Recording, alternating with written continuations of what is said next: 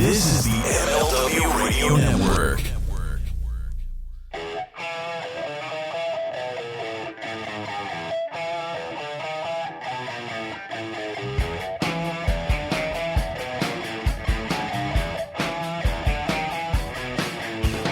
Welcome, everybody, to the Mind of the Meanie, your weekly peek into the world according to former WWE and ECW wrestler, the Blue Meanie. We'll cover wrestling, music, movies, sports, and lots of useless knowledge, all contained in the Mind of the Meanie. I'm Josh Shernoff, and he is the Blue Meanie. Meanie, what's up, man? I am, I'm doing good, man. Wide awake, full of sniffles, because it's officially allergy season. Yeah, I feel like we've already done a full show, and we just started because we did a bunch of pre-show stuff. That's I don't know if it's kayfabe or not, but we're trying to do things to have fun, and we're going to start trying to streamline the show a little bit. And we did a couple pre-show things for the Pod Squad over on Patreon. So I feel like I'm 3 seltzers deep. I haven't had a seltzer yet. Me neither. You want to crack one open now? Yeah, let's do that right now. Kick this off the right way. Okay. First, wait, hold on. Oh, no. All right, let's just do it. There we go. Go Birds. Talking about streamlining. Yeah. Or not lining, wasting any not time lining. anymore. I'm still mango liming it. What about you? You got something fun. I am watermelon grape. Ooh. Yes, Miss. Yes. It's not necessarily running, so I won't hit the theme. All right, we'll save it. It's like what's the movie where fucking Adam Sandler's got the little boy? Big Daddy. It's like Big Daddy. We ruined the big happy birthday on. Oh, we ruined the good surprise on you. Yeah. Oh man. We don't want to ruin the best Mrs. Meanie. I think this has to constitute a run-in at this point. Hold on, I'm going to hit the theme anyway. Fuck it. Mind of the Meanie, Mrs. Meanie round and Tracy Roots got something to say. Hey, hey, hey. And just for you, Mrs. Meanie, I made the button pink. So nice. Yeah. So she's still running in? What's happening? Nah. Okay, she's, so upstairs. So what's up? What's going on? This has been dude, I'm doing good. I'm doing good. I got my shipment of shirts from Pro Wrestling Tees. Yeah. Because like when I'm talking about streamlining. What the fuck? I can't talk. Streamlining. I feel like fucking Bob Levy over here. Fucking. I can't say hedonism. Yeah, I think it's important when you plug merchandise that people should see you wear your merchandise. If you're not wearing. Yeah, look at you. I got my Mind of the Meanie hoodie on, which I thought it was going to be cold in here because it's a little cooler outside, but it's starting to get hot up here again. It's getting hot in here. Yeah. So go ahead, Joe. I'll take them all off, I guess. Yeah, but dude, you're that is a handsome fucking hoodie. Dude, this is great. This is, first of all, these hoodies, the ones that we sell here, it's the same kind of hoodie that I'd been selling for the last year or so on my shop, and they are the most comfortable things. I was so excited when the weather, my wife was like, it's gonna be a little chilly tomorrow. I was like, oh, thank God I can put my hoodies back on, because they're just so comfortable. They're like fleece inside. So I'm a hoodie guy too. Yeah, man. I love a good hoodie. I'm not looking to show off too much of my I like layers. Yeah, I tried to do I was a proud pullover hoodie guy for a little while, but that's a lot of work. It is, and it messes up your hair. When you have hair as beautiful as mine. And I like to show off a little shirt, if I depending on what I'm wearing. About half of the shirt.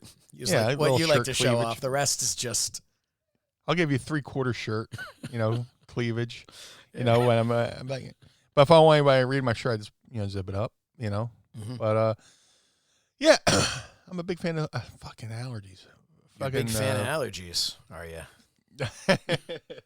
I'm going to sound like the world's fattest cokehead with the sniffles I got going on. So it's like dude. The allergies they're kicking my they're real, ass my too. friend. Well, like I say, we don't do things on fucking time around Mind and Meanie. So if there's a anniversary or something, we never talk about it on time. So I took my allergy medicine right before we got on air. I was like, nah, I probably should have taken it. Oh, thank you, Mrs. Meanie, with the run. Do not do that into the microphone. It's a good show. You do not. Oh, okay. But yeah. Oh, that was just a wipe. I was expecting a nice blowing of the nose. Oh, my grandfather was like a fucking. He sounded like a fucking old truck horn when he would fucking blow his nose. You know. So the stories we're hearing is he was pretty impressive coming out of both ends. And he was hard of hearing, like I am. Like, what are you, Deef? Like he would like talk to you. And it's like, dude, don't get hot. Yeah. I posted later. I found some Polaroids today of when I went to the AWA TV tapings in Atlantic City. Mm-hmm. And it just brought back so many memories. And like we'd be sitting in our seats, and if somebody stood up to watch the show, our grandfather would go, "Sit down." Somebody like standing right 2 feet in front of us, and they would just get startled and sit down because he didn't know the bass of his own voice. He was like Will Ferrell's fucking the guy that he didn't know that I can't control the volume of my voice. So very much like Howard Stern's dad. Shut up, sit down. You know, that's hilarious. But hey, back to the shirts that you're wearing though. Dude, yeah, such an awesome. I just posted this one to Twitter. Let's see how it's doing on Twitter. Yeah, the Van Meanie shirt done by the Doctor of Merch, Andy Slichter. It's doing well. It's doing really well on Twitter. I tagged my boy Greg, Greg Renoff, who wrote the really good Van Halen book called Van Halen Rising. If you're a fan of that, get the book. It's really good. We follow each other and we go back and forth with, Van Halen nerdy stuff because we're, rightfully Van Halen nerds. And I tagged him in the photo. I don't know if he's responded yet. I just did it. But, Van Halen Rising, a really good book. Big Van Halen fan, in case you didn't know. Kind of bummed they're not doing anything right now. No pun intended. Who is? I'm looking forward to Wolfgang, Eddie's son's putting out a solo record where he plays all the instruments and sings and stuff like that. That's He's awesome. like super, super, super talented. So looking forward to that. At least we got something coming down the pipeline from with the name Van Halen on it. And speaking of pipelines, we've got some fun stuff coming down the pipeline. We do. We were able to take a couple of quick peeks at some things this past week, and other things we're still waiting to see. I'm being as vague as I possibly can be, but we've got some really fun stuff happening. I kind of felt like we had just been building this momentum and building. And then it was like we did all of this stuff. It was like really big. It was like we had Meanie Toons, and then we had we hit 500 subscribers, so we had the live show on YouTube, and then we had alternative commentary, and we did the first alternative commentary. Then we did the second one, which like just the viewership on that increased exponentially. It was insane. Yeah. And then it's like, so I remember talking to who was I talking? I forget who it was. It may have been Alicia Toot. It was at MLW. Yes. And we were having a conversation about, and by conversation, I mean, it's on the ropes on FITE TV. But one of the things we talked about was that high that you get from these big shows, and when you're building up to it, you have like a big event or something.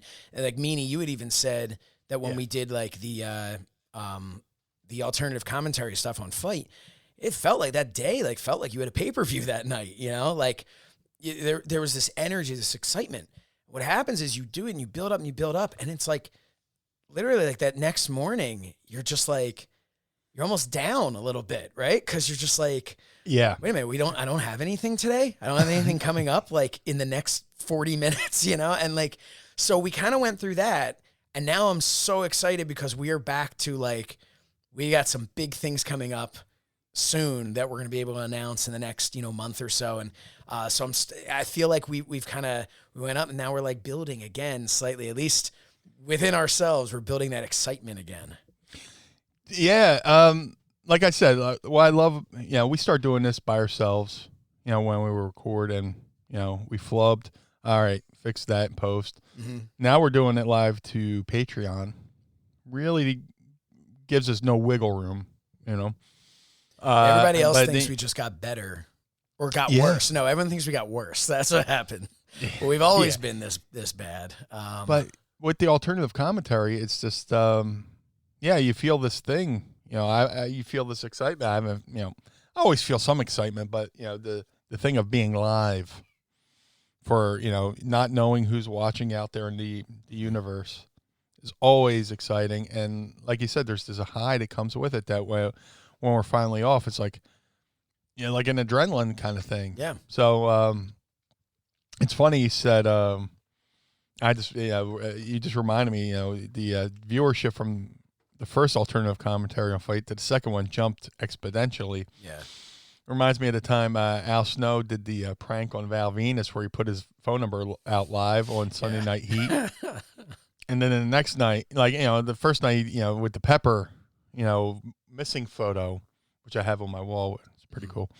And Val got a couple, smattering calls on Sunday Night Heat. And then the next night they did it again on Raw. He's like, oh, my God, the ratings between Sunday Night Heat and Raw are real, man. Yeah. He said, the calls just doubled and tripled. So, the jump from doing SummerSlam to doing All Out, I don't know if you told me the numbers. I don't know if the ratings were reflected in the same way from SummerSlam to All Out, but I know our show increased with All Out, so. Yeah. Yeah, you told me the numbers. I did the Fred Sanford where I put my hand over my heart and, I'm coming, Elizabeth. I was like, oh, wow, really?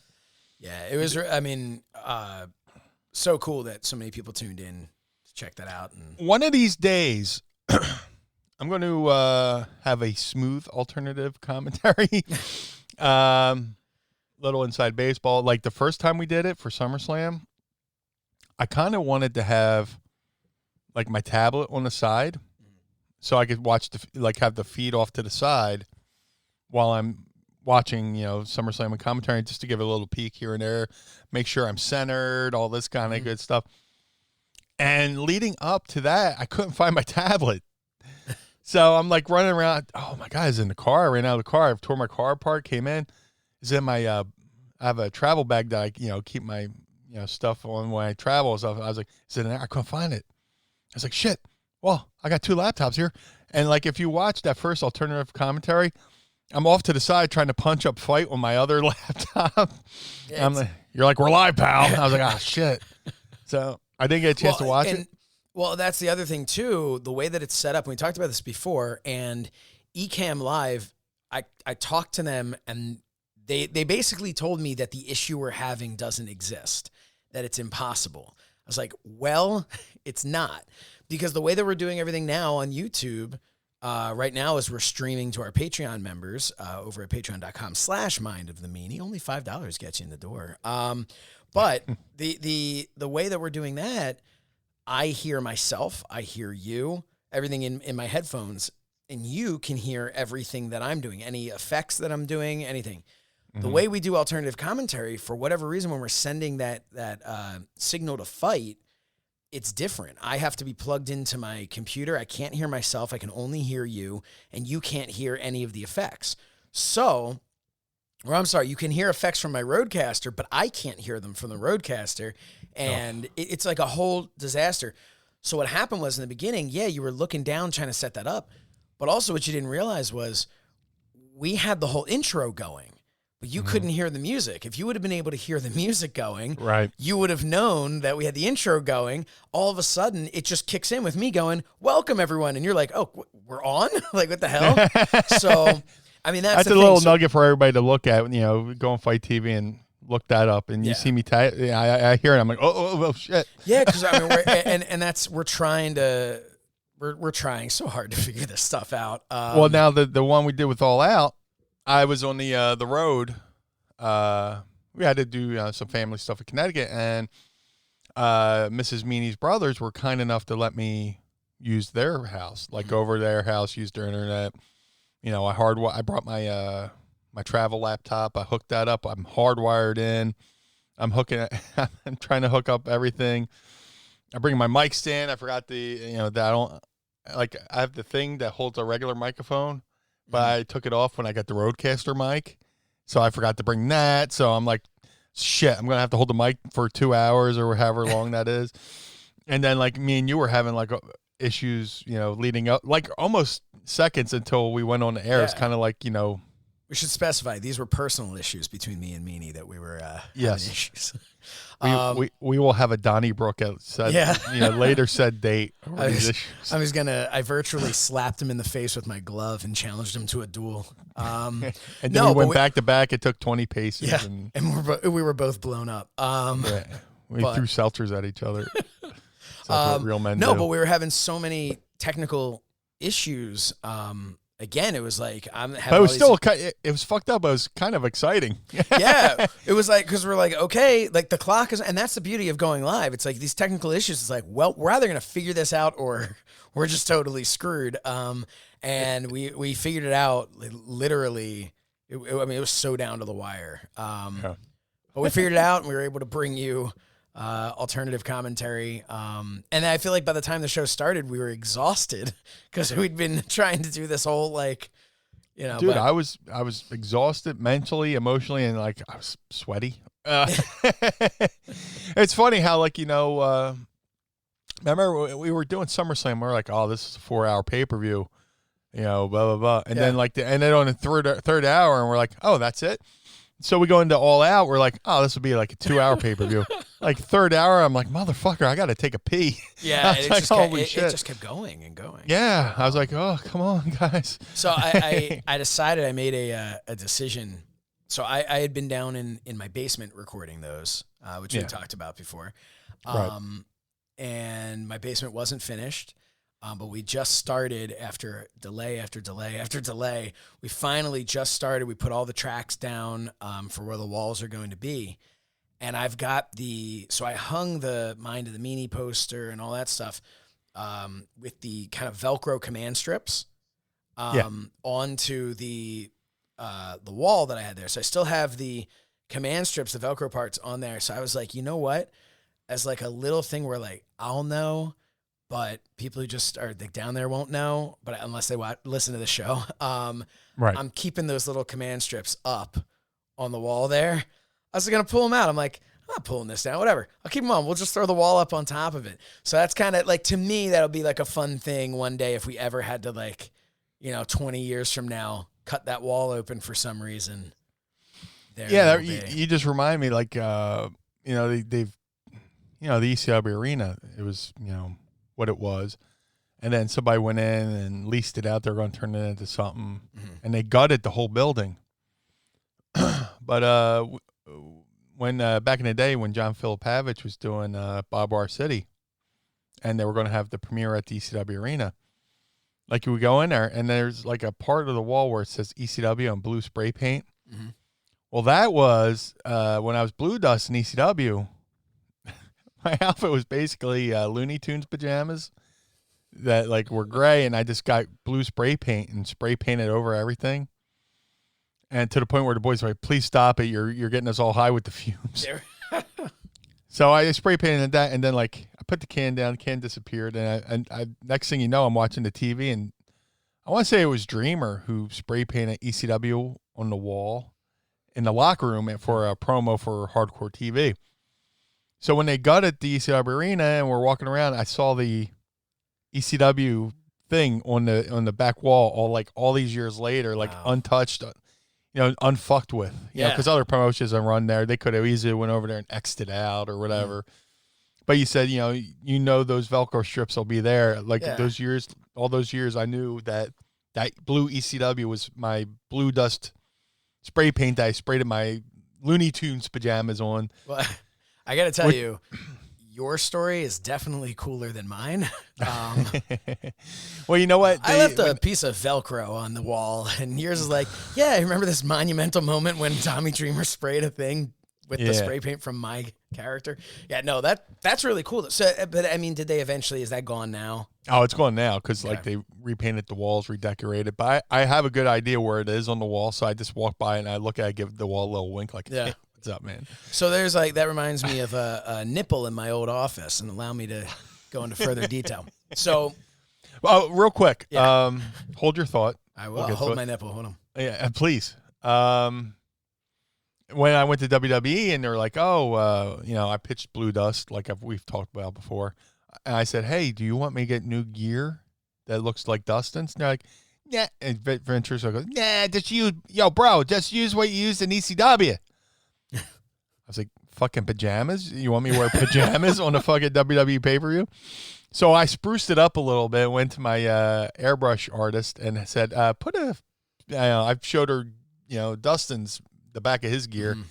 Do mine similar, And so I added. It was the same gear as ECW. I just got the back airbrush. So. And that was something, though, I think that totally worked as well.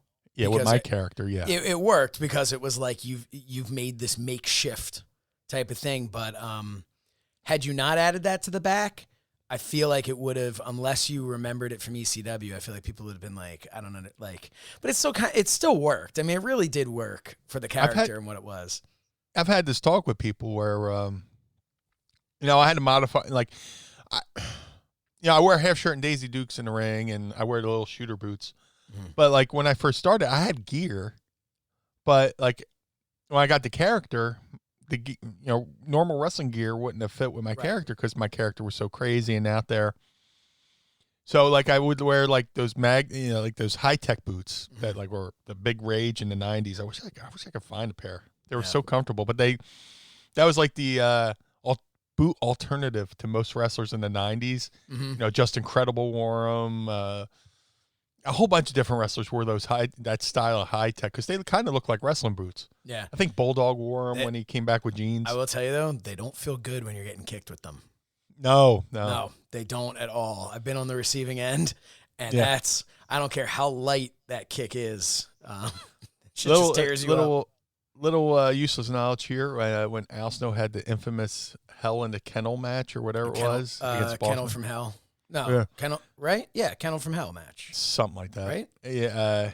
He's like, "Hey, Meanie, I'm doing the match. It's supposed to be kind of like a street fight, but I don't want to wear my regular sneakers out there. Can I borrow your boots?" And Al Snow wore my high techs in that match. Oh, wow. Yeah, so when I was BlueDust, I had high techs. I wore them, both in and outside of the ring. And I think I had a shoot pair and a civilian pair of high techs. But Al wore my high techs. And that's cool. That is cool. Useless knowledge. That's we promote that every week. Lots and lots of useless knowledge. But that stuff fascinates me. Hearing little things like that. I'm sorry, I didn't mean to cut you off. No, I'm just saying, hearing little tidbits like that always fascinate me as a wrestling fan. Yeah, it's just a fun little Easter egg. Yep. So if you watch it, you go, that's Meanie's boots. Blue World Order. Like what you hear on Mind of the Meanie? Then come join us over at patreon.com/Mind of the Meanie and become an official member of the Pod Squad.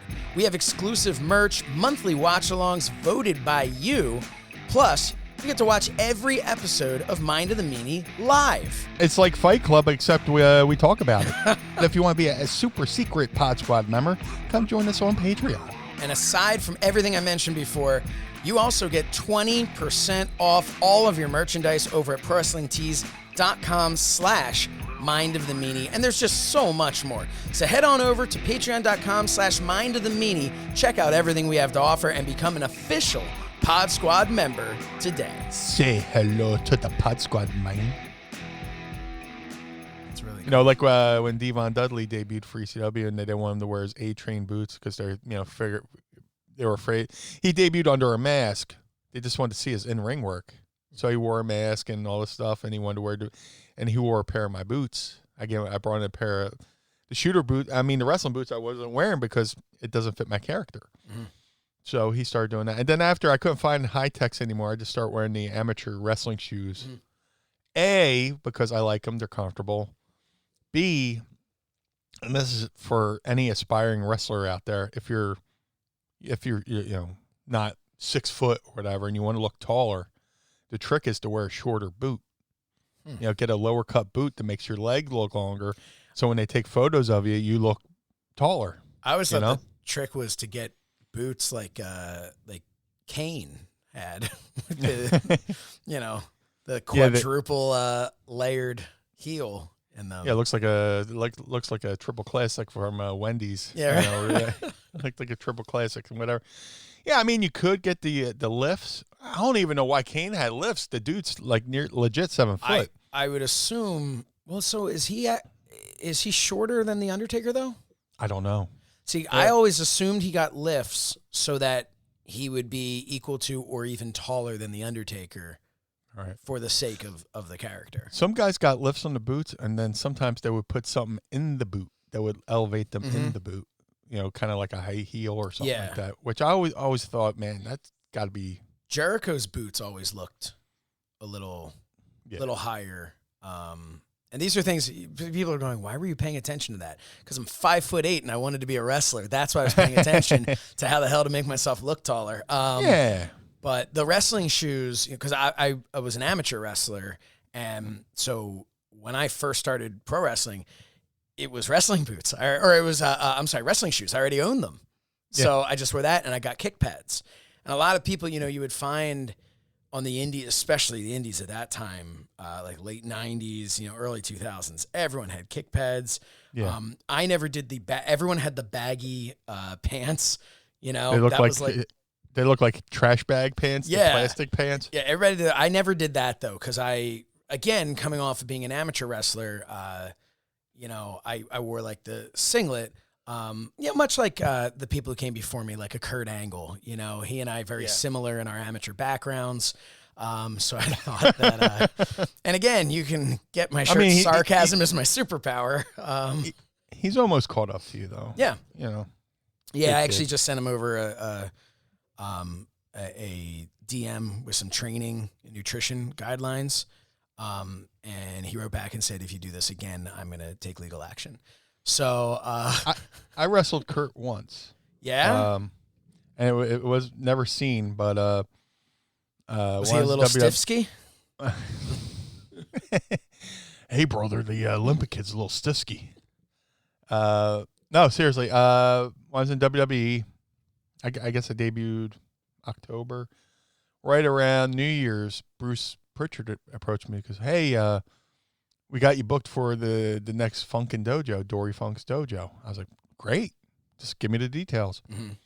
And, Dory Funk, it was Dory Funk and Tom Pritchard running it. I was like, excellent.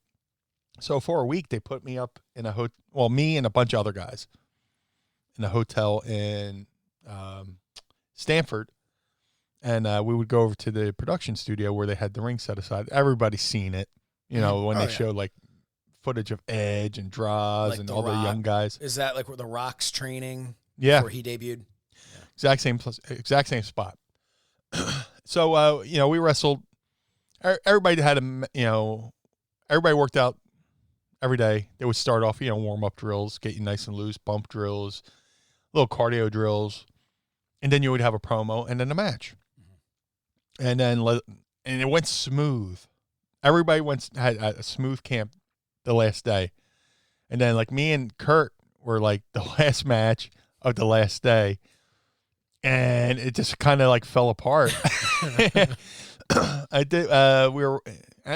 was a fun match up until then. And he was wrestling Kurt's good because he's there for stuff, It's fun. One thing to, give somebody a bump and you go to get them and you have to literally, my biggest pet peeve is watching somebody pick up somebody that just knocked down onto the mat. Mm-hmm. You have to pick them up. It's like, I would rather bump somebody than they kind of halfway be up to a knee and then I go get them. Right. Keep them down as opposed to getting them up to put them back down. Yeah. The whole point of wrestling is to knock your opponent on the mat and pin them 1, 2, 3 or submit them. Right. Why are you picking them back up? Yeah. But anyway, Kurt was good for you bump him and he would feed up right into the next thing. So we went to do this spot and I don't even know why the fuck I chose to do this spot because I kind of knocked myself out on it one time before wrestling Christian. Seriously. And whatchamacallit, I put him up on the top rope. I go up like I'm going to try to suplex him. Mm-hmm. Go back and forth a couple shots.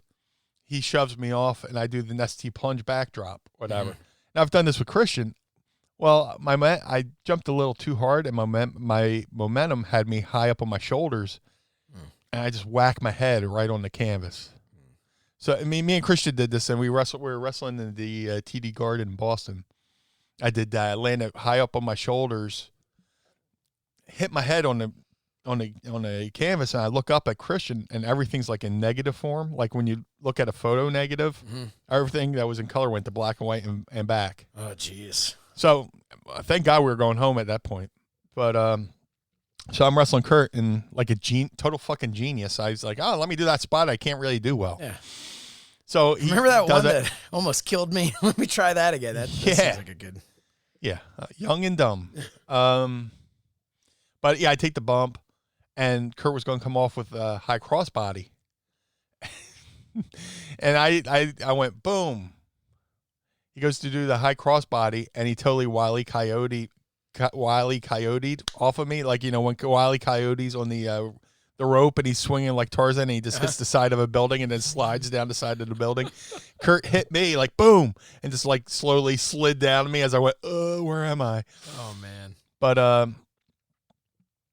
and then that was the only bad match of the week, and thank God Dory Funk's wife is super cool, because like they had to hand in those tapes to the office so they get ideas. And they just said, you know what, we're just going to say something with the camera malfunctioned. And they didn't submit that tape because they didn't want me to look bad. So that was kind of cool. Yeah, that is cool. Yeah, but you just brought up Kurt Angle, and this brought these whole fucking memories. But yeah, Kurt, and then he was doing the Funkin' Dojos. And then you would see he was, coming to TVs and stuff and doing dark matches. It was fun to watch him go out there and have the dark matches with all these different guys. And I wish there was there's got to be footage of it. Kurt Angle against Owen Hart. I've never seen Kurt Angle against Owen Hart. I would love. No, this was a dark match. Yeah. Well, no, I've seen some dark match footage of him where he's wearing either black biker shorts, or he's got the old school Olympic I don't know what singlet with the multi-strap. Yeah. But like when he was in Memphis, he was doing the black bicycle shorts or whatever. Yeah, so no, I've never seen like Under Armour type gear. Yeah, I would love to see him and Owen Hart. It's got to be there at the warehouse, but I guess with everything that's going on and everything with Martha not wanting them to benefit off it, I wish they could have put that on the DVD they eventually put out. But hopefully if they do something with Kurt. Maybe Kirk can request it or something like that. Have you seen pictures of Kurt Angle recently? Dude, it's jacked. He is in. You look at it. He talked about how he is in better shape now than he was when he came back wrestling. His final. I wouldn't doubt it. And plus, he's always had neck issues too. No, but I think he was having issues. I don't know if it was his legs or his whatever was going on with him, but he was. I mean. The Kurt Angle at the end there was not the Kurt Angle of old, and now he looks like he could be the Kurt Angle of old. Like he could go out there and it's funny because I know he didn't want to retire. He's gone on record saying that it wasn't his plan to go then, and everything was the opposite order of what he originally thought it would be. He wanted to come back and wrestle, and then retire and go into the Hall of Fame, and then come back and do the general manager type thing. Yeah. And instead it was general manager, Hall of Fame, wrestle. And it was all all over the place. But yeah, it's never say never. How long was Shawn Michaels retired before he came out with his bald head and had the worst tag match in the history of wrestling? Well, dude, it's kind of pro wrestling is just like that movie fucking Shawshank Redemption. Mm-hmm. When your career's done and you go back into civilian life, you don't know how to acclimate to it and stuff like that. I'm sure Kurt's always going to have something to do, whether it's he's got his it's protein powder and a supplement line now. Dude, he had that when he was doing something with when he was just doing developmental. It wasn't technically, I guess it was developmental then, but they had him under contract. Right. And they were sending them to various, they send them to Memphis also. So like he came to WWE TV one day and he had like his own line of ostrich Slim Jim kind of things. Like Slim Jims out of ostrich meat or whatever. But I mean, it was pretty good. And he was working on like his own protein powders and all that. So he always had that side hustle with like and I know he's nutrition doing, and stuff like that. He was always working with other companies as well. Yeah. Like I used to go to the Arnold Classic, the Arnold Schwarzenegger, the convention and everything. And I met Kurt a number of times there because he was always with like a different supplement company.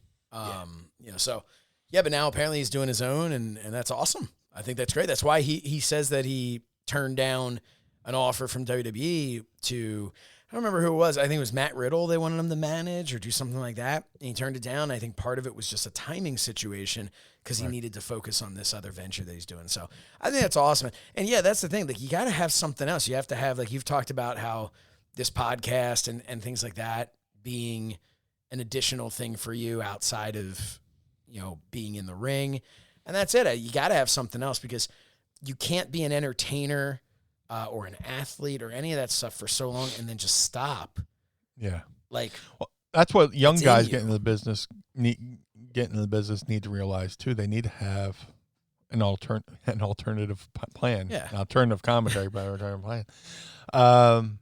Dude, I remember, being a fanboy and I was reading, I'm sure it was Wade Keller's Pro Wrestling Torch when I was in high school. Because he did interviews. Meltzer didn't do interviews. He just did stonewashed jeans or acid wash jeans or whatever they're called. Hey, you're going to get us blocked. Oh, wait. Can I dive into that or no? It's up to you. Yeah, I'll dive into it. Dave Meltzer blocked me on Twitter. So Joel Gertner posted something about how Meltzer no-sold him on a contact info on something. Right. And we've talked about on the show before how we've been tweeting, meaning Mind of the Meanie and myself, had been tweeting at Meltzer, hey, can we get a star rating on Meanie Toons? A fun little tweet. Yeah. Just like a fun, and look, we're harmless tweet. No, it was an idea of obviously just to, it's trying to piggyback off of him for some extra exposure and a fun thing. We thought he would get. You could have put out an ad saying Dave Meltzer gives it 5 stars, like kind of like when they did when the movies. Siskel and Ebert says 2 thumbs up. Yeah, and that's what we thought it would be, like a fun thing where we thought Meltzer would just kind of have fun with it and just be like 5 stars, or maybe it'd be like 1 star, and we would play off of that and have fun or whatever. Yeah, just ignored the podcast. Like, look, I understand. I've met him before. I understand I'm not some big name in wrestling, but the reality of it is he sure as hell knows who the Blue Meanie is. He's buried you enough, right? Of course. No, but he knows who you are. He knows what this is. You got Chris Jericho tweeting out Meanie Toons, but it's too, Dave Meltzer's too good for it. So anyway, I continued though to not engage in like any real disrespectful thing. He'd post something absurd, and I'd maybe put like a meme up my or favorite something. one. My favorite thing is he posted something, and you posted a photo guy looking at him like what the fuck face that says, "Why are you the way you are?" or something like that. Oh, he posted something like really rude and like mean, and I posted it was Michael Scott from The Office. Okay, saying, "Why are you the way that you are?" And so that's the type of thing. Like, and I think this is like harmless, right? It's so harmless and compared to what you could say about Dave Meltzer. Yes, and have said maybe. But so then Gertner posted a thing. Dave Meltzer no-sold me on this contact info, so I'm gonna offer $20,000. It was like a fun little thing, whatever. I love Joel. So I wrote back. I said, he's been no-selling us on Meanie Toons for months. Say something negative about New Japan and he'll respond to you, because that is the only time he ever responded to me. It wasn't negative, but when he was talking about how the greatest promo guys in wrestling today are in New Japan Pro Wrestling. And I was like, who are your top 5? Right. And like, which was kind of both me being a little condescending and me also being curious and going like, okay, who are these people? Because I don't, who has the best promos over there? That's the only time he ever replied to me. So, yeah, so I go for something. I got a notification. Sometimes I wonder if he trolls. I think he does. Yeah. Yeah, I think he absolutely does. But so someone had posted something replying to him, and I was like, oh, I wonder what he said to make them reply in this venomous way, you know? And so I went to look, and lo and behold, I'm blocked. Now, our show account isn't blocked, and you're not blocked, but I'm blocked. And as a matter of fact, he just sent me the ballot to vote for his Hall of Fame. Yeah, so it's like, you know. No, but yeah, it was just ridiculous. And it was kind of like, it's like, all right, Meltzer. Like, well, the thing I love about you, you reach out to me, you're like, hey, do you mind if I do this? Fuck, please do, because you pop me every time you do it. And that's it, like, I'm not It's trying... It's so harmless. Yeah, you know? like I wasn't like really ragging on him. But the whole thing is just so ridiculous. It's like, and the one thing that I really can't stand, like, I don't take any of it personally, and obviously he got a little butthurt and didn't want to, you know, this is what annoys me. Just, he can dish it out, but he can't take it. Right. This is a guy who has been on record of insulting female wrestlers' weight, saying that they look like 50-year-old hookers or whatever it is. This is a guy who, you know, we were talking about Goldust earlier. That man just ragged on Dustin Rhodes like he had a vendetta against him. The things that he said, I'm sure he said, you know, glowing things about you in the past. The way that he editorializes his quote-unquote journalistic reports is so offensive, so rude, so unnecessary. Right. But he blocks somebody for sending a meme or making a joke or doing something like that. And that's my issue, because he had every opportunity to just bury me right back, to just say something like, you know, say something if he would have got you with a zinger, you could have went, oh, fairly noted, or yeah, you know, that's all. It was there. I made a public comment. He had every right. And some could say, well, why should he have to sink to that level and do that? He was just, there's nothing wrong with ignoring. I mean, that's what you're taught to do. Ignore bullies, right? So there's nothing wrong with that. But you weren't even being a bully. I wasn't being a bully. I was just having fun. I was just interacting. So whatever. You were needling. Yeah. So Meltzer got his stonewashed panties in a bunch, and that's it. So, you know, it reminds me of this, you know, when you're a kid, things like, so if something happens to you in your childhood, it kind of affects you to where it makes you act a certain way throughout your whole life. Mm-hmm. You know what I'm saying? So I was in second grade, I want to say. We were living in Gloucester City, New Jersey. I was going to Mary Ethel Costello School. And not that that's pertinent to the fucking story, but now we know. And knowing is half the battle. And then, so we were getting ready to go into school. You know, and when you go to school, everybody's just mingling around outside, waiting for the bell, and then you get in line, you go into the class. So I'm sitting there minding my own fucking business in second grade. And one of these kids comes over, and I have one of those, you know, beanie hats or whatever on my head. He takes the hat off my head and throws it into the fucking street. I went, don't do that again. I'm sure I didn't say it like that, but don't do that again. So I go out in the middle of the street, pick up my hat, put it on my fucking head, right? So I go over. Again, I'm minding my own fucking business. Kid comes over, takes the hat off again, and throws it in my fucking street. I was like, all right, motherfucker. I'm sure I didn't say that. All right, motherfucker. But no, seriously. I put the hat back on my fucking head. I go over. I'm hanging by. He goes to fucking pull it again. And I just fucking 2 hands shoved him on the chest and knocked him on his ass. Leave me the fuck alone. Good. Kind of thing. When he fell, something happened to his shoe where the bottom of the shoe and the rest of his sneaker, like, split. Like it kind of like flop, you know, like a flip flop, kind of like blop, blop, blop, blop. He runs to the fucking teacher and tells on me. Right? Uh-huh. Brian pushed me. future Blue Meanie pushed me. so I knock him on his ass. He goes to tell the teacher, my second grade teacher, Mrs. Perno, you bitch, calls me over and goes, why did you put a hand on so-and-so? I was like, yeah, but I went to explain my part of the story. She went, no, you don't put your hands on anybody. I was going, but he kept fucking throwing my hat in the middle of the fucking street, but she wouldn't hear my fucking story. No. So now I'm a grown adult, and if something similar happens to that, I flash back to that, and I just fucking get outraged. Yep. Like, so when I see somebody, I've been bullied my whole life. So when it comes to people being bullied and shit, it stems from that one fucking instance, where I was the one fucked with. So, you were just fucking with Dave. And instead of, whatever, he just fucking, instead of having a conversation, he just fucking blocked you. Yeah, and it was all like in good fun. Like I thought we were cool, whatever. Yeah.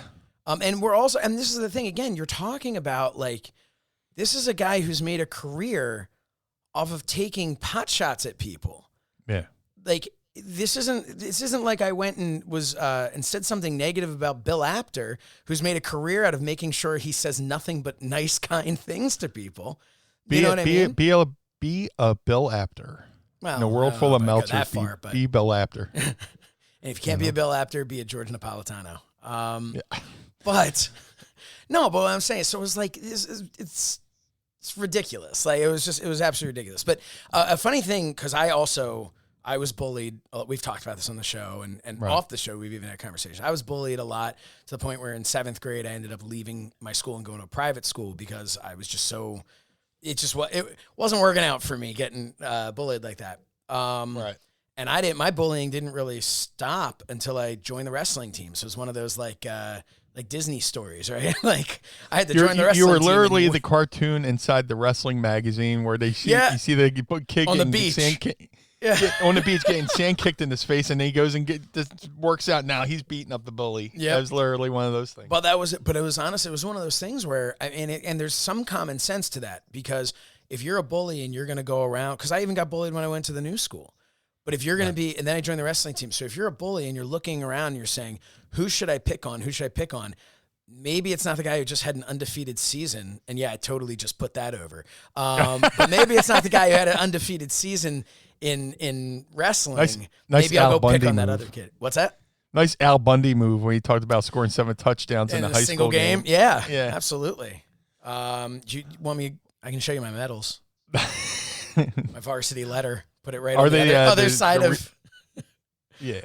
Are they the real ones, or are they the kayfabe ones? These are the kayfabe ones that I have, because the other ones are locked up in case somebody steals these medals. You were so proud of your gold medal, you went and got it bronzed. Yeah. Bobby Heenan. That is exactly the story I'm going to tell from now on. Anytime I show any of my bronze medals. But no, there's chocolate inside. Yeah, it's delicious. But no, I was getting off on I had way more medals, but then I ate them. No, I was gonna say, but that's one of my things. Like I've always been when I ended up becoming more popular and had friends and as I was involved in wrestling and all that, I always went out of my way to be welcoming to like the nerdy kids, which sounds like such a backhanded, I was always welcoming to those little dorks. But I was always did that because I always believed that was, the way you needed to be. And when I used to teach an after school program at a local synagogue. By the way, happy Rosh Hashanah to anybody we're recording this on Rosh Hashanah. But everybody listening is like, what is a Rosh Hashanah? But I used to teach these kids, and one of the first things that I would do, they were like middle school age, and I would sit down with them and I would say to them, I will not stand for any bullying in this class. If you bully somebody else, I will bully you, and I promise I am a better bully. Like that was, I would say that to them all the time. And the fact is they were all good kids, so nobody was ever doing it. But like that, I always take that seriously. And I think, honestly, if I'm really breaking this down, this therapy session, that is my biggest issue with Dave Meltzer is he's a bully.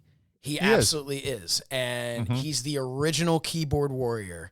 And it's it frustrates me. So sometimes I have this feeling like what you're saying, if somebody ever pulls the hat off your head or something similar, Right. I think that while, yeah, I'm just having fun with posting little memes and stuff like that, there is a part of me that becomes like infuriated by some of the things he says, because I really, truly believe he is just a bully.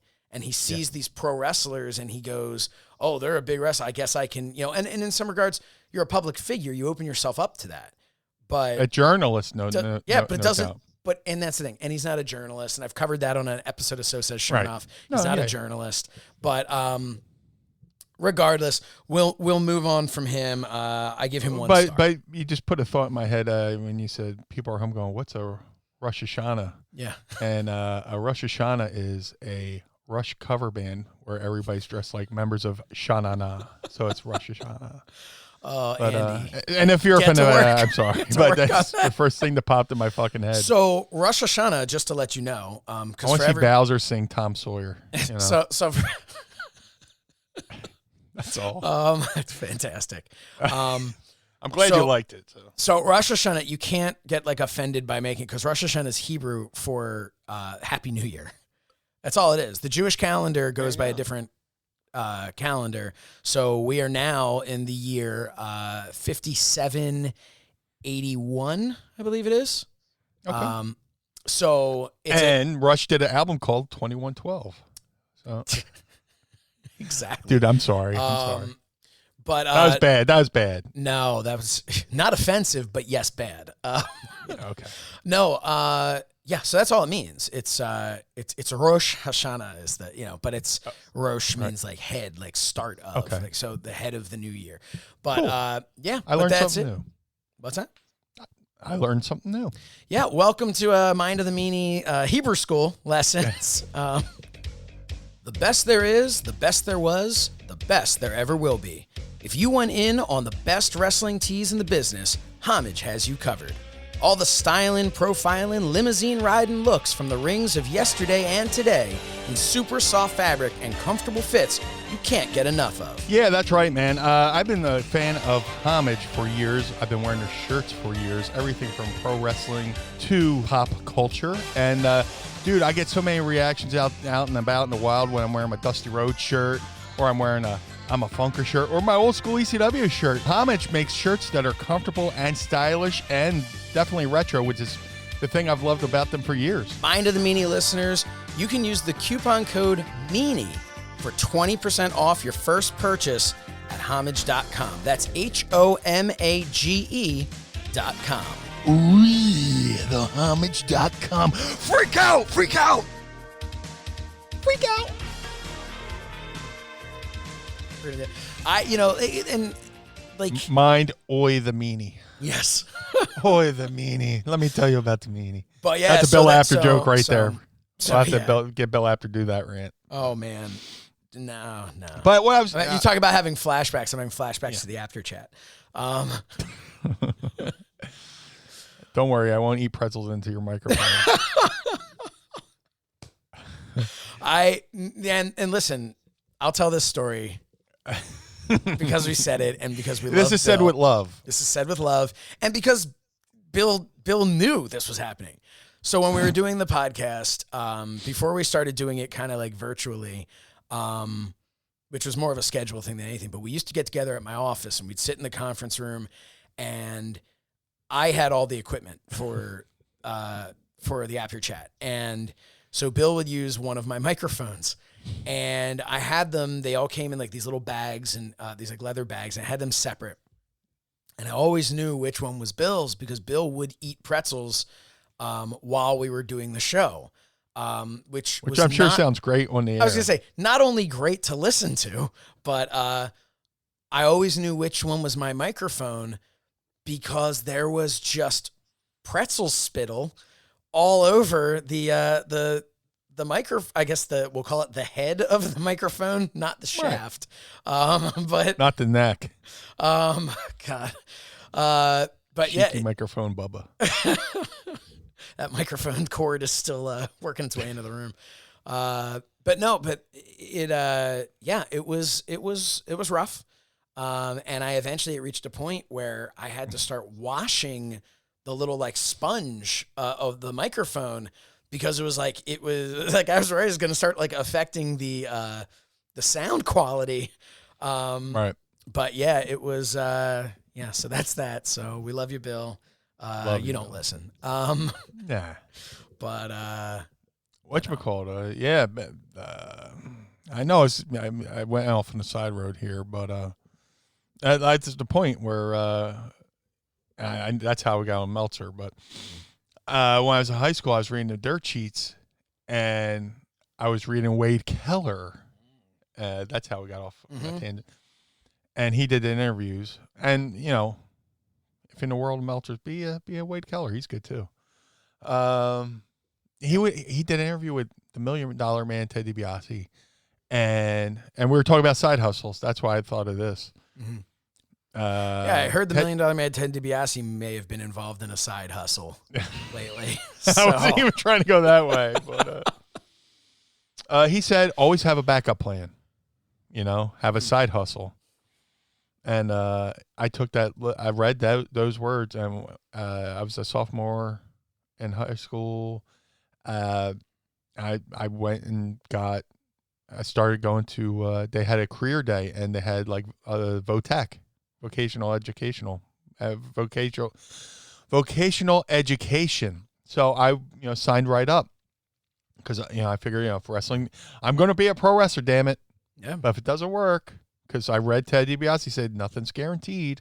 Mm-hmm. He burned that in my brain. Have a backup plan. So I went to VOTEC, and my first week there, I was trying to take something with electronics. I was like, that's a good trade, whatever. And then I realized all the fucking math you had to do. I was like, God damn. It's like I needed a course to take before I took that fucking class. You know what I'm saying? In high school, I tried to take a music class because I was trying to learn how to play bass, right? Mm-hmm. So I was like, I'll take a music class or whatever.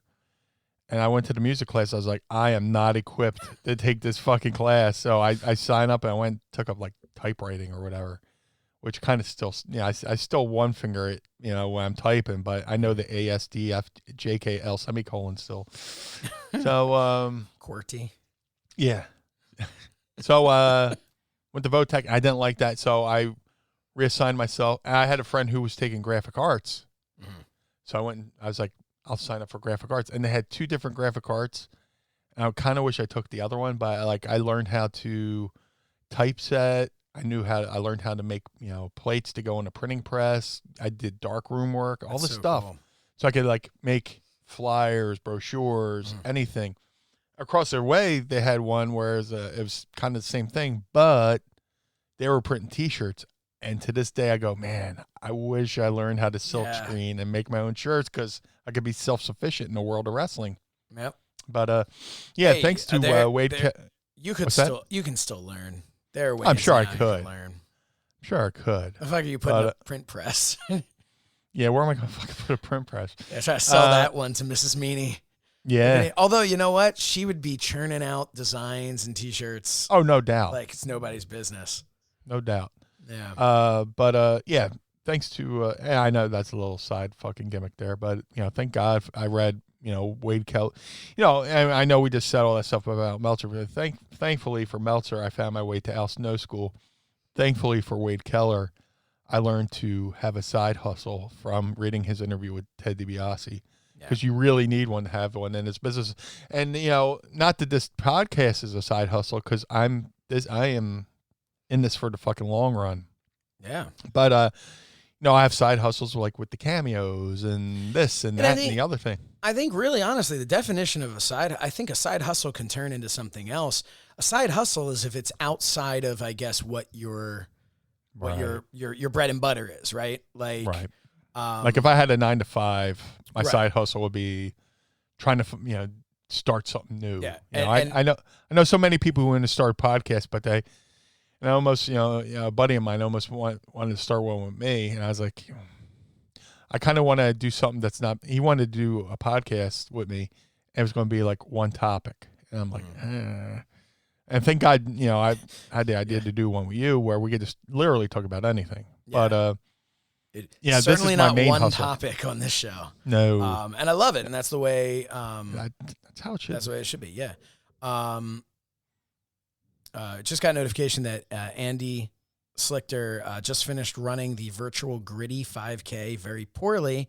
I'll be getting caught up in a bit, so he's a little bit behind on merchandise ideas. But hey, man, you may have run that poorly, but I winced in pain walking into my office today. So we were talking about this like prior to the podcast. Like, you've been quarantined for so long that you kind of like rusted. Yeah. Like my boy Donnie. Shout out to Donnie. He was, he has a job, and he was able to, fortunately, he was able to work from home. But now he's going back into the office, and he had been sitting in one spot for so long. Now he's walking around. He got tendonitis in his foot, yeah, just from the quarantine. It's no joke, and that's what we were talking about. Was I'm working on my basement, and just from doing the nail guns into the track on the floor. Just either being down on my knees or squatting down, like my Achilles tendon hurts, my quads are like kind of burnt out, and like, yeah, man, I'm just not in the shape I used to be in. And then before we're recording, so again, a little peek behind the curtain here. Before we even went on Patreon, we were doing some ad read things that you'll hear during the show, and my wife walks in because she knows we weren't, live yet. She's bringing me this gigantic, like honey apple cake thing, which of course I ate. She also made French toast this morning, which I had an offensive amount of. And like, we're sitting here in this quarantine. I'm like, I need to get my ass back in shape.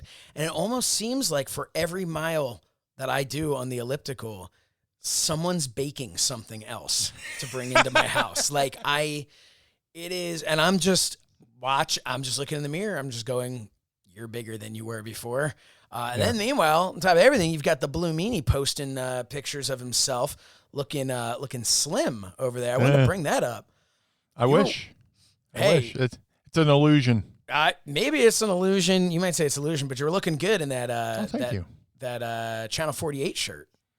Yeah. I looked at it. I was like, Meanie's going the opposite direction than I'm going, and this is not it's not good. No, I angled it properly. They went into people always Photoshop women, and pinched the image together. Yeah. Like people always ask, women, why do you put that one leg out, in the photo? And they go, oh, it looks slimming. I figured out how to make all this look different. But you look good. What's that? You look good. Oh, well, thank you. Take the compliment. I will gladly take it. Guilt-ridden. And the next picture I see, if you don't look good, I'm just going to tear you apart on here. Please do. I like when my friends keep me. Meanie, what the hell happened to you in this last week? I love having friends who, like I said, you and I have a circle of people. They could say whatever the fuck they want to me because I know it's said with love.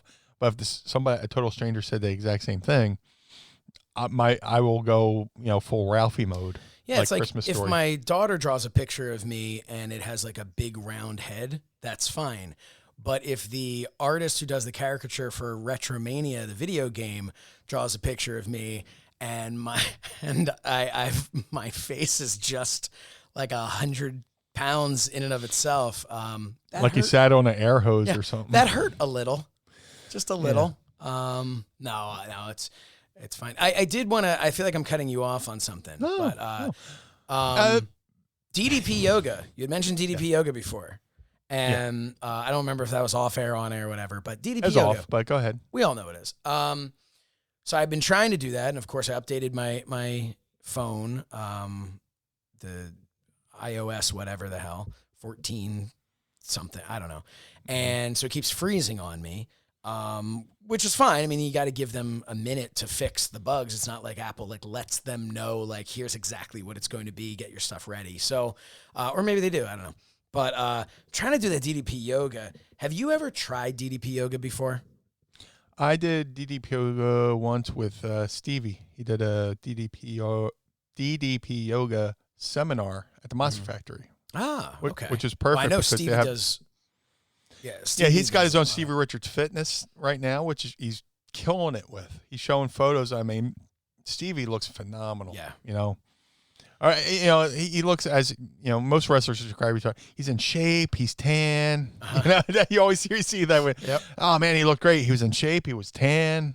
Yeah, Stevie looks great. He's doing the Stevie Richards Fitness, but he was certified in Ddp Yoga, and he came to the Monster Factory, and which was awesome because they have those amateur mats, which are nice and soft. So I'm doing the one of the Ddp Yoga things. It's the Energy 2.0.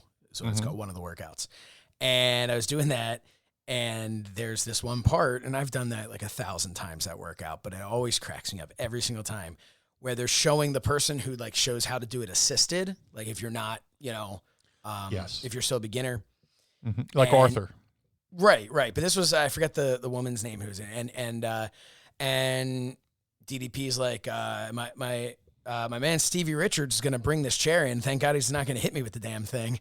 And it just always cracks me up. And I always think, like, I wonder how many people have been turned on to DDP Yoga who don't know. There was like another one where he's like, he's talking about being like a shameless self-promoter, and then he says something, and then he's like, we're going to do something else. And then he goes back and he's like, and that's not a bad thing. That's a good thing. And then he like laughs and he's like, those who know. And it like always like cracks me up. But Little wink at the camera. yeah, but I've actually been thinking, like, so I used to bump into DDP all the time. And I used to like actually bump into him all the time. Like one time at the day after one of my best friend's weddings, we're in the hotel and the door opens and DDP's in the elevator. I was like, what? It's ridiculous. Like it was out of nowhere. But I have had a tendency to run into him a lot. But I would ask, like, every time I would see him, he would give me like this motivation of just like, almost like, are you doing your yoga? Are you doing whatever? And so I missed that. So I'm kind of thinking, I'm just talking out loud here. I want to see if there is some sort of a way that we can work together with DDP Yoga, maybe through the show or something, that can force me to just get my ass back on that. But yeah, because I know the Dr. Merch, Andy Slichter, is a huge DDP Yoga guy. Yeah. Really big. And, and Andy and I have talked a number of times about how, I also subscribe, but don't necessarily do it. Right. So, yeah, but I don't know. So maybe that's something, maybe we can reach out to the fine people over at DDPY and see if they'd like to work with Mind the Meanie. I don't know. Do some sort of like thing, get our pod squad in shape. Because I was saying before we went on there, my version of that is just bending over to tie my fucking shoe. Yeah, right. But I mean, that guy's built an empire. Yeah, he's done an amazing killer thing. work. And it's just kind of like, I mean, it's another thing thinking about. He kind of popped into my head because you're talking about that side hustle and you're talking about having that thing after the fact. I think that's going to be the name of our podcast this week is Side Hustle. Side Hustle sounds good. That just saved us a back and forth Twitter exchange later. Yeah. What are we going to call this show this week? I don't fucking know. I don't know. What did we talk about? No idea. But yeah, the side hustle is also important. This is, like I said, the podcast is my main hustle. Well, that's if the thing too. If I could just do this for the rest of my life, which I tend to do, that'd be awesome. Yeah. Like if the world heals itself and there's going to be shows, I'll do shows. But right now, I'm turning down shit left and right. Yeah. I'm focusing on this, but also because of the whole COVID thing. Until they say there's for sure one pill cure or shot or vaccine or whatever, till they say, oh, we got you covered. I ain't doing shit. No, and unfortunately you can't. I mean, we've talked about on air before that you had about your asthma growing up and talking about how you had a piece of your lung removed. You had mentioned, I don't know if it was last week or the week before. It was called an empyema, if you want to Google it. Okay. So I would imagine, without knowing your full medical history, that this is one of those things, they always say if you have pre-existing conditions, it can be so much more serious. Yeah. I mean, I'd have to imagine somebody who's ever had any sort of just asthma or any issues with their lungs, you don't want to mess around with this if you haven't had that. So, yeah, you have to be safe. I don't know if I went into details on the empyema, but we were talking about when we went into the I think it was Mrs. Meanie was talking about the T-shirt from the lung surgery benefit. Yeah. Dude. I had been working for this promotion out in Portland, Oregon. Well, they were in Oregon, but like it was all over. And I had worked for them a few times, and so a couple things happened that were just snake bitten. Like problem with my flight going out there, all this, that, and the other thing. So this one show, I had one series of shows happening they're called the West Coast Wrestling Connection. Great group of people. Shout out to Pat Kelly, who was like one of the announcers for the show. He just had a birthday. Great guy. And he's part of the Cauliflower Alley too. But yeah, and like I had all these problems wrestling for him. Not like heat or anything, just travel issues. And one time I went out there, I got sick or whatever. And there was this time, and Mrs. Meanie had just moved in. It was like St. Patrick's Day, 2005, something like that. And then I woke up. It was like the night before I was going to fly out. I woke up the next morning. I felt like death. It was fever, the chills. My throat was inflamed. All this stuff.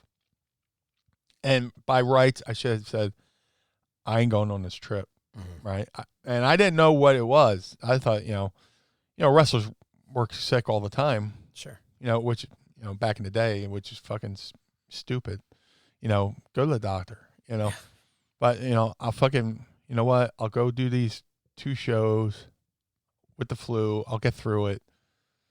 Whatever. So I fly out there. Shouldn't have. But by the time I got out there, I was just feeling even worse. Like I couldn't eat. Like I went to chew food and swallow, and it just felt like I was swallowing razor blades, all this stuff. So I had fever, cough, the squirts, and just it's got worse and worse and worse.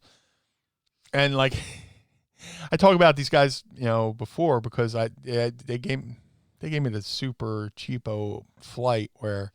Like right before I did, I worked your buddy on Velocity in Baltimore. They gave me it was like 3 or 4 layovers getting back, and I had to get land in Philly and drive right to Baltimore for SmackDown or whatever. So again coming home, it was like the super cheapo flight, and I had a layover in Minnesota, and I had stayed an extra day out there because they wanted to save money on flying me back. So I stayed an extra day in Oregon, and I was flying back, and I'm just saying to myself, just get back to Philly. Don't. So I felt like I could have passed out, right? I was so out of it. My mouth, I was fever, burning up, couldn't eat, couldn't keep anything down. And I was like, you know what?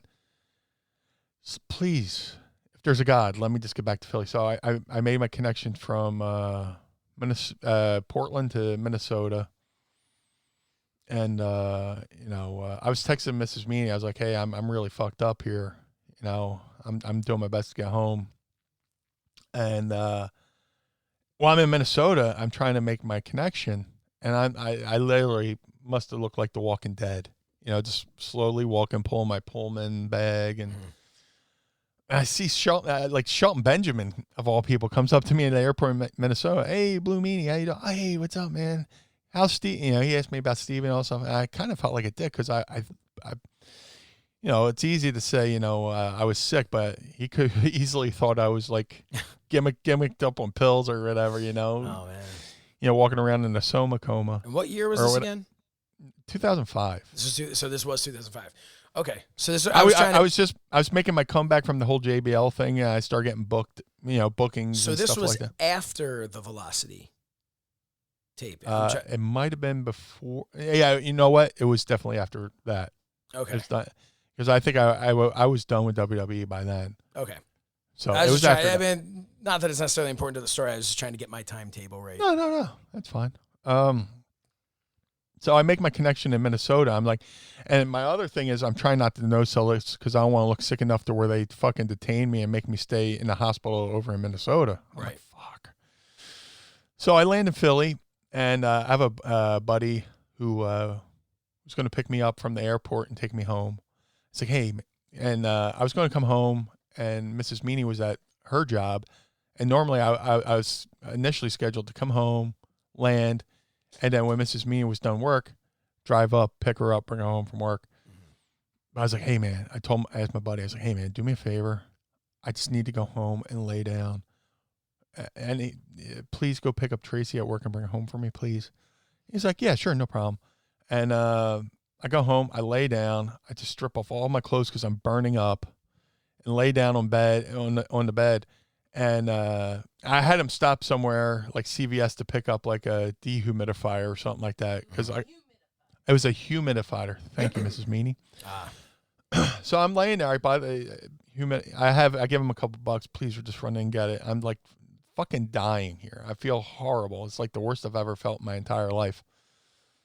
And Mrs. Meanie told me, like, he went and picked her up at work, and he's like, look, you're going to go home to Brian. He doesn't look right. So, yeah, tell this part. I know you don't want to do a complete run, and we already hit the theme.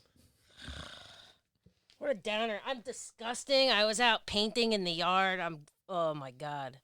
Speaking of disgusting, he's ass naked, lay down on the bed. His face had exploded. He gets like fever blisters. Oh. So he got this big nasty fever blister. You were like, I don't know if you were puking.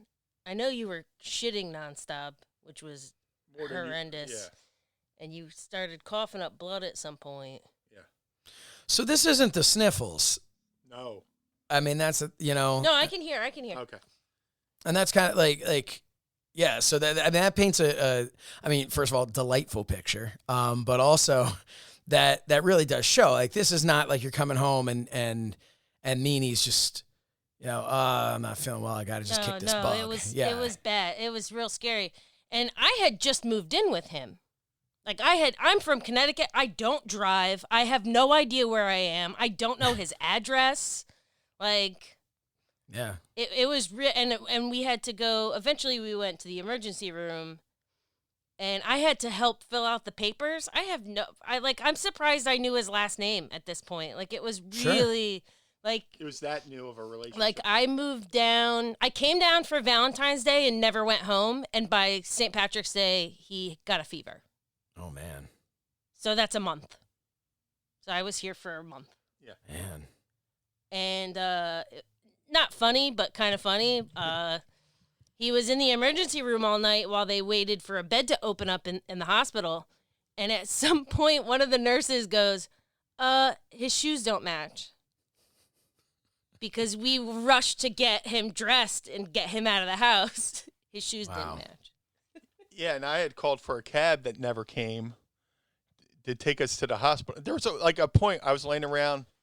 Thank you, Tracy. Yeah. Thank you, Mr. Meanie. There's a point. Such a slob right now. Oh my God. It's audio. Don't worry about it. I don't care. I love you. I do. Seriously. This was like the moment where she pulled, like the story of the mouse that pulled the thorn out of the lion's paw. Because I'm laying in the hospital, and like that's it. I'd come home and I was sick for a couple days. I was like, fuck it. It was a Saturday. I was laying on my recliner in the living room. I know I watched the movie The Woodsman and stuff like that. And I put on, because I watched it because it was shot in Philly. But Sean Penn movie, maybe? I don't know. The Woodsman? And I'm laying there, and I had a gallon of water. I was trying to drink fluids. Tracy Smothers told me, man, no matter what, always drink water. Drink a gallon, you'll feel great. It'll flush your... I was like, I'm trying to drink all this water to flush it out of my system. And I'm coughing up blood. I'm spitting out blood. And I was like, fuck it. And I called up to Tracy. I was like, we got to go. We were watching Saturday Night Live. We were watching Saturday Night Live. Yeah. And, she rushed to get, I had a couple sneakers. She gave me the left of one shoe and the right of the other shoe. We get dressed. I call the cab. Cab never comes. Really? I called down to my neighbor down the street, my buddy Ralph. Didn't he just drive by? We were hanging out the door looking for the cab. Yeah. I think he just drove by. I was like, hey, man, can you take me to the hospital real quick? And not my car. Yeah. You want? He took us to the hospital, and there's also another side story. We're waiting for a room to open up, and there was a lady in the. Yeah, you got to tell this story. This is fucking great. So I was in the waiting room, and I'm like I'm freaking out. This is a very scary time in my life, and there's a lady who's also freaking out in the waiting room. She's got a tray. Like a serving platter. I don't know if it was like a serving platter or like a plate. I don't know. She had a plate full of pork chops. Somebody poisoned her pork chops. They didn't. There was no poison in the pork chops. It was like she was freaking. And then, like when I went back to be with him, when they finally let me come back, they're like standing around and they're like, "Do we just like say that we tested him or like what do we do?" Like she was like, "I'm not leaving until you test these for poison." And they're like, she comes in here all the time. Like, they knew her, I think. Yeah. Like, and she was on drugs.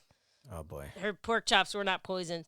But she was like, free. They were like, do we She just was. put them in like a Ziploc bag and be like, okay, we're sending them off to the lab now. They didn't know what to do with her. And it's also like, usually don't you just take them back to the store that you got them from, not to They were the cooked. emergency They were room? full on cooked. Somebody poisoned her dinner. Yeah. I'm going to do that the next time I order food in from somewhere. If it's not to my liking, I'm just going to go to the emergency room and go, this food doesn't taste right. And I'd like to send it back like via her the emergency husband or room. whatever poison. I don't know. It was weird. Like that time I broke my hand and I was laid up and I was taking pain pills and I tried to eat a banana that was too ripe. I couldn't even open the banana because my one hand I'm trying to open it with my one hand. And I just like bit the fucking skin. And I was like, this is poison. And she comes home to I was like, hey, buddy, what's with this banana in the fridge? There was like in the fridge all half open and kind of chomped on. Like, buddy, what happened? Did you have a hard time? He's like, it was poison. But what's great is milk. It was poison. What's great is though he had the wherewithal to take that poisoned banana and save it in the fridge. Yeah, he put it in the fridge. I was like, hey, bud, what's going on here?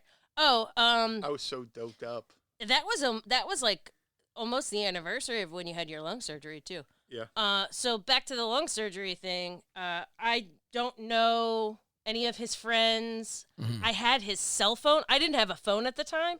So like I was taking phone calls from all kinds of like weird random people. Like Miss Amputee Howard Stern called you or something. There were a lot of like weird like I'm his friend so-and-so. And I was like, what? Like a bunch of weird people called while I had his phone.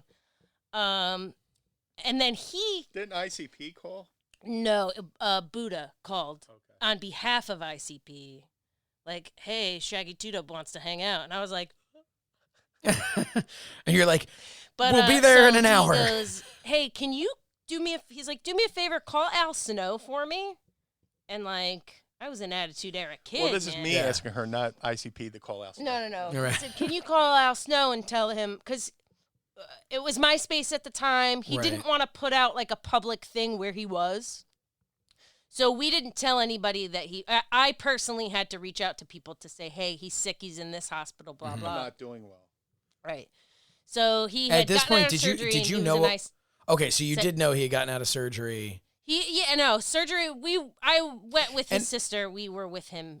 So, but for anyone who doesn't know what that is, what was it exactly that you had that was? Oh, it's called an empyema, which is a bacterial infection in the lung. Okay, and had no idea how you got that. Is that just something that you can get? Like, no. Well, again, I made the point of I said, look, I'm asthmatic. Does that have anything to do with it? And they said no. We just. Literally 3 weeks before I was in there was I want to say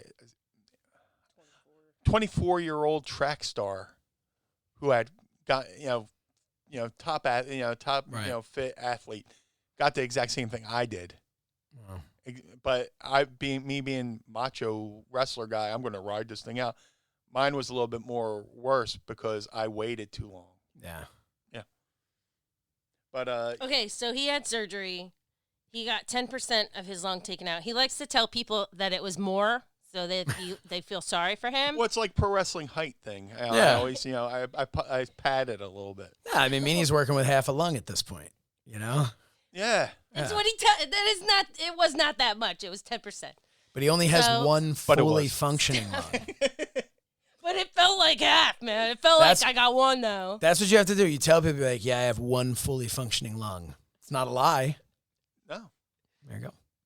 So he's in ICU, and they put him in ICU. That's just how that works. There was nothing Sure. terribly wrong with him. So he says, call Al Snow for me. You have my phone.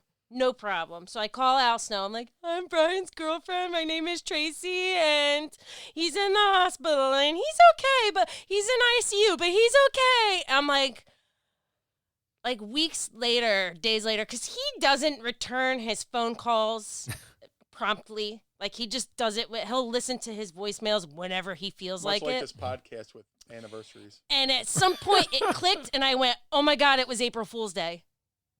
I called Al Snow on April Fool's Day, so he's on the other end going, yeah. Oh, he's in the hospital? Oh yeah, geez. okay. It's like, no wonder he sounded like that. I'm like, no, oh my God. I'm like, you need to call Al right now. Oh, man. And smarten him up that it wasn't a rib. No, he said at first he was like, yeah, okay. And then the more information I gave, because I don't like making phone calls. It really freaks me out. I have like anxiety big time, and I don't like making outgoing phone calls. When I worked at the video store, and I would have I would text Brian. Oh, I would text Meanie. Excuse me. Yeah, I think everyone knows at this point. What? I would text Meanie to order me food. So food would get, and this was like pre-Grubhub, all that. Like, food would just show up. People are like, when did you order? I never heard you on the phone. Like, oh, I just texted. Oh, you can text? No, I can. I have a guy who does it for me. He said, I have a guy who does it for me. She doesn't have headphones for the folks at home. Yeah. But yeah, she would text me her lunch order, and I would have to call the place to have it delivered to her work, just because, Yeah. I had to call my hero. Yeah, so she called Al to let him know, hey, I was fucked up. Man. So yeah.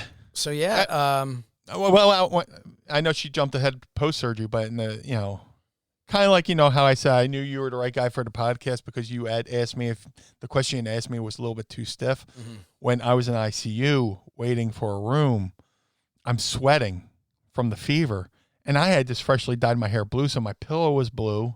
Oh, man. And I got fever blisters, and I'm coughing up blood, and she's coming over to me with wet rags just to make sure I was comfortable, wiping my forehead down.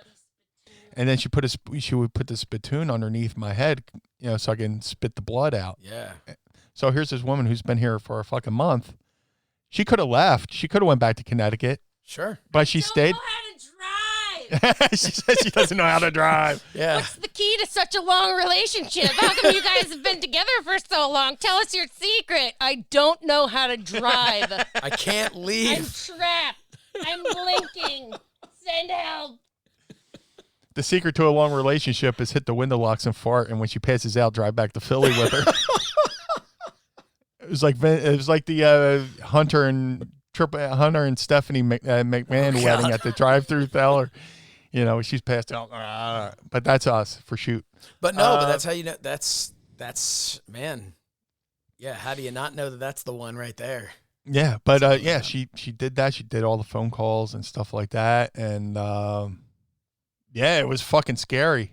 Man. That was the worst I had ever felt in my life as far as being physically sick and feeling totally vulnerable. I mean, I can't even imagine that type of feeling. I had pneumonia about 7 years ago, 6-7 years ago.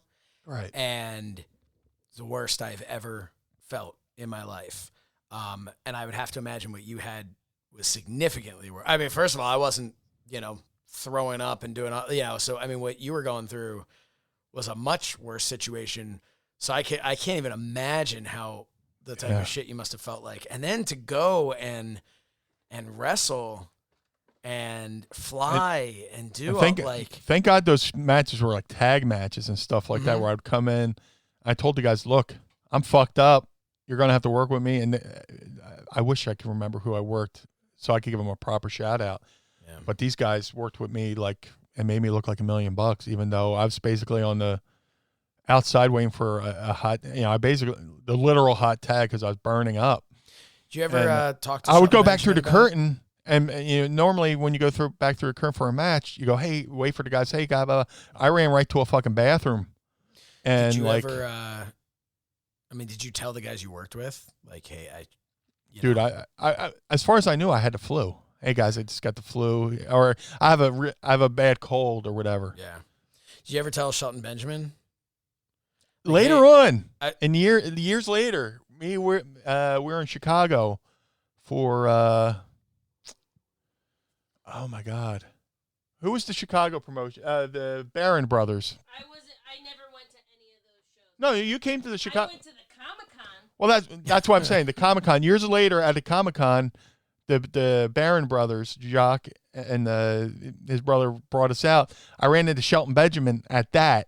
I was like, hey man, remember that a couple of years ago you saw me in the airport and hey, I was totally fucked up. I wasn't gimmicked up on drugs. Just letting you know. And he's like, oh no, man, I didn't think that. I was like, no. I just want you to know. It's like, I never thought that. I mean, I, of course, went back to the office and told them, hey, if you guys are ever looking at Meanie again, I wouldn't. He looks in a really bad way. Yeah, because it's I hate to say this, but it's easy to assume when you see somebody like all fucking out of their fucking mind. Especially at that time, yeah, unfortunately. Yeah, he's always gimmicked up on somos or pain pills and stuff like that. I literally was mortified that Shelton Benjamin thought I was gimmicked up on pills. When I saw him in Chicago, he was there for Ring of Honor. They had the Ring of Honor tag belts. Him and Haas were there. And I went and saw them. I was like, dude, just so you know, I wasn't fucked up on pills that time. You saw me, a couple of years, whatever, how long ago. He's like, oh man, don't worry about it. I didn't even think that, blah, blah, blah. Dude, I wasn't in my right state of mind. When I saw him in the airport in Minnesota, my whole thought was, please don't pass out. Please don't pass out. Please don't pass out. Just get to Philly. If I pass out in Philly, I'm in a hospital in Philly where my family could come see me. Right. And you don't want to be stuck in a hospital in another state. Yeah. And because I have family in Minnesota, but I wasn't on talking terms where I could go, hey, Minnesota family, I'm in Minnesota, come see me. I mean, I've got most of my family down in Florida, and I still feel like if I had to end up in the hospital, I'd really like to be at the one here, right? Where, that's my Minnesota family's my dad's family. Mm-hmm. I never knew my dad, never met him, never saw him, but I had met my aunt, and my grandmom, my dad's mom, and my dad's sister. They flew to Philly to see me. I guess to give reconnaissance point. Yeah, he's got 2 eyes, 2 legs, 2 hands. Let him know I popped out normal, even though the jerk off never fucking contributed a dime to my life. My grandfather was my real dad. Mm-hmm. So, and I got to fucking put this little piece in there too because it means a lot. I don't want to get emotional here.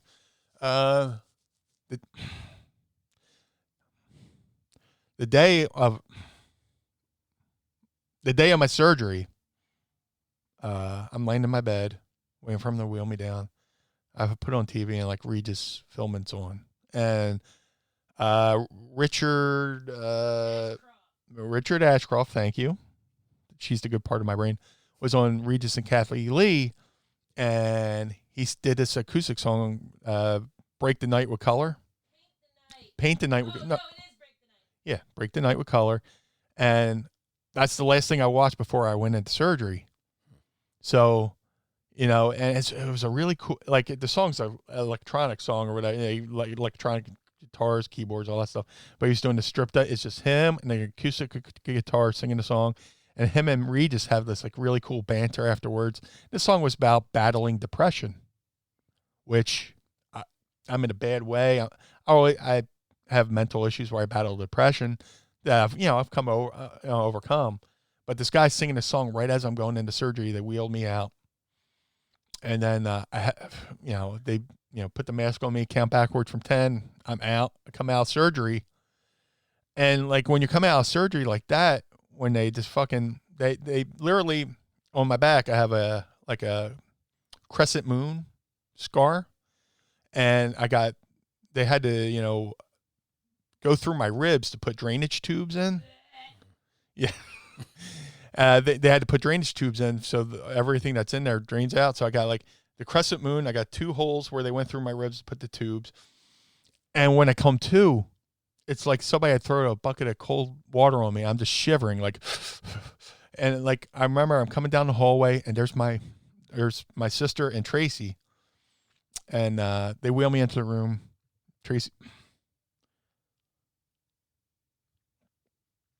comes over and she's patting me on the head, gives me a little kiss on the forehead, and there's like this song from Blind Melon, Toes Across the Floor? There's a song, like me and Mrs. Meanie bonded over Blind Melon, and there's a song by Blind Melon called Toes Across the Floor. And there's a part of the song we both love where Shannon Hoon goes, ah, ooh, ah, ah, ooh, ah. So Tracy reaches in, gives me a little kiss on the forehead.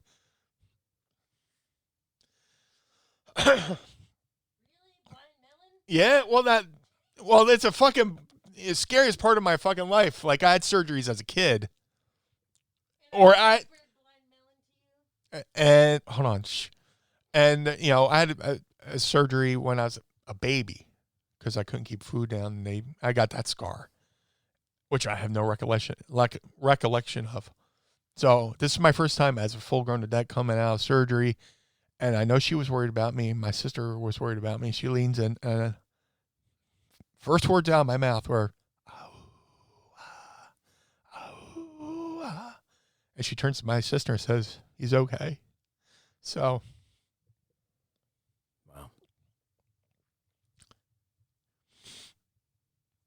yeah, so that's probably one of the most humbling.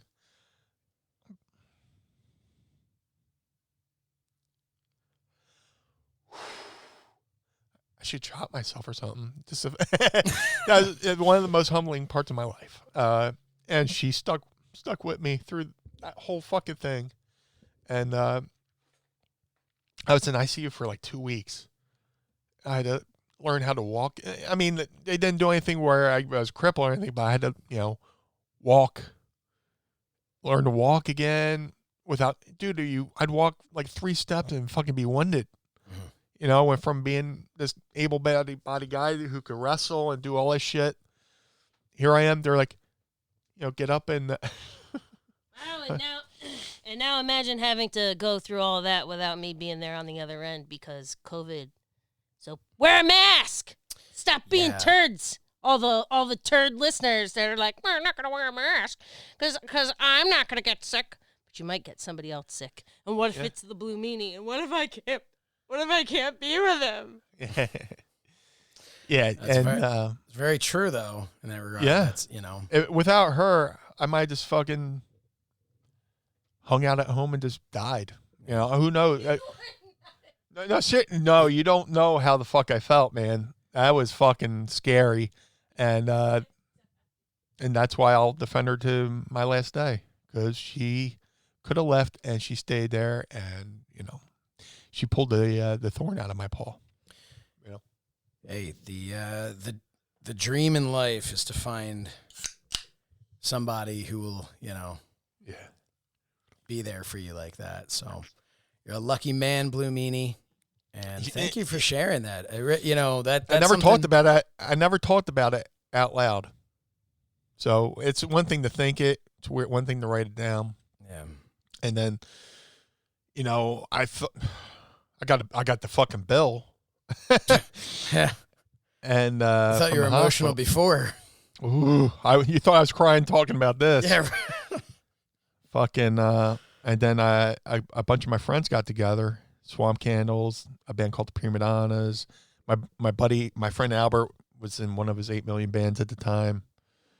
And Reverend Bob Levy from the Stern Show. Like that, it was a night, Blue Meanie lung benefit. And it was Tracy's birthday. She, just turned her 21st birthday. We had the benefit. And yeah, and her family came down from Canada. It was a big fucking deal for this benefit. And, this night started off with comedians, and then they had bands and stuff like that, and it helped me, get back on my feet financially because I was, I couldn't do anything. So, there's a video on YouTube from that night. It's the only thing that was fucking recorded, which bummed me out. I should have got Smart Mark Video to record it. So, but the BWO played, and it was the first time they had done the BWO song live. The Swamp Candles. Yeah, that's the first time they ever did the BWO theme live in concert. And the video's on YouTube, and I come out with them.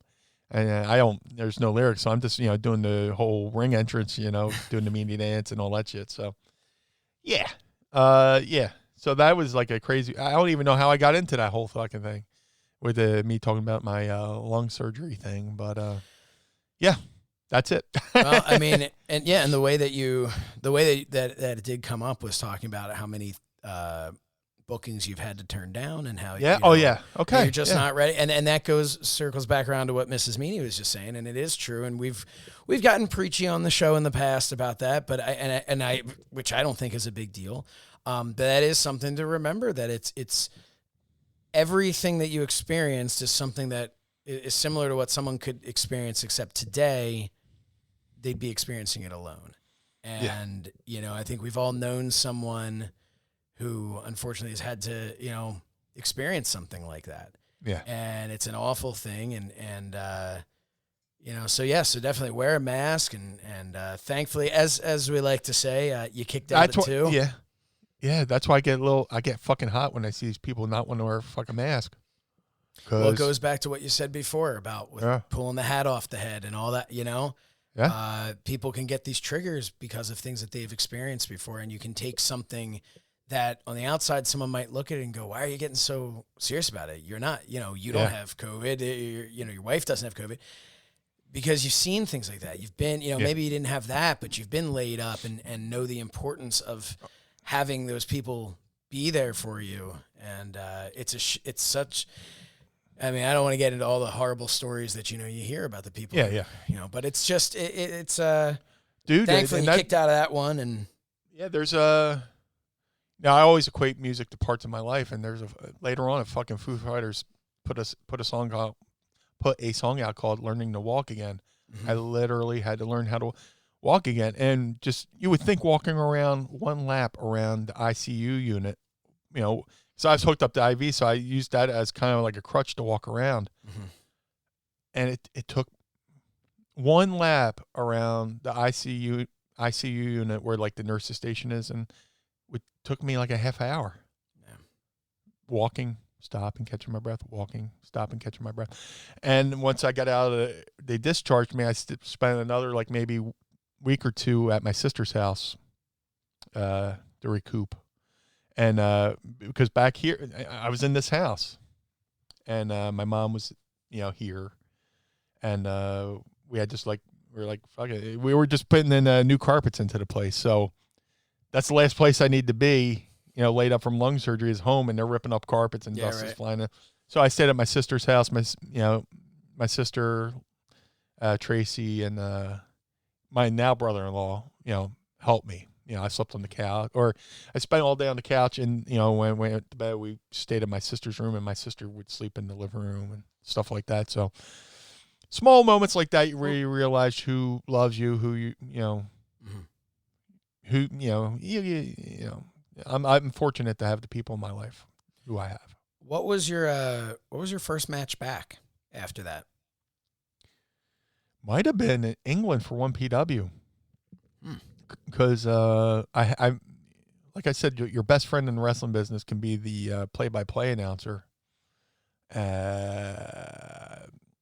a guy, Kingdom James, who he's out of Canada, and he was booking for 1PW, and he was also doing the play-by-play. I was like, hey, man, this is my first match back from lung surgery.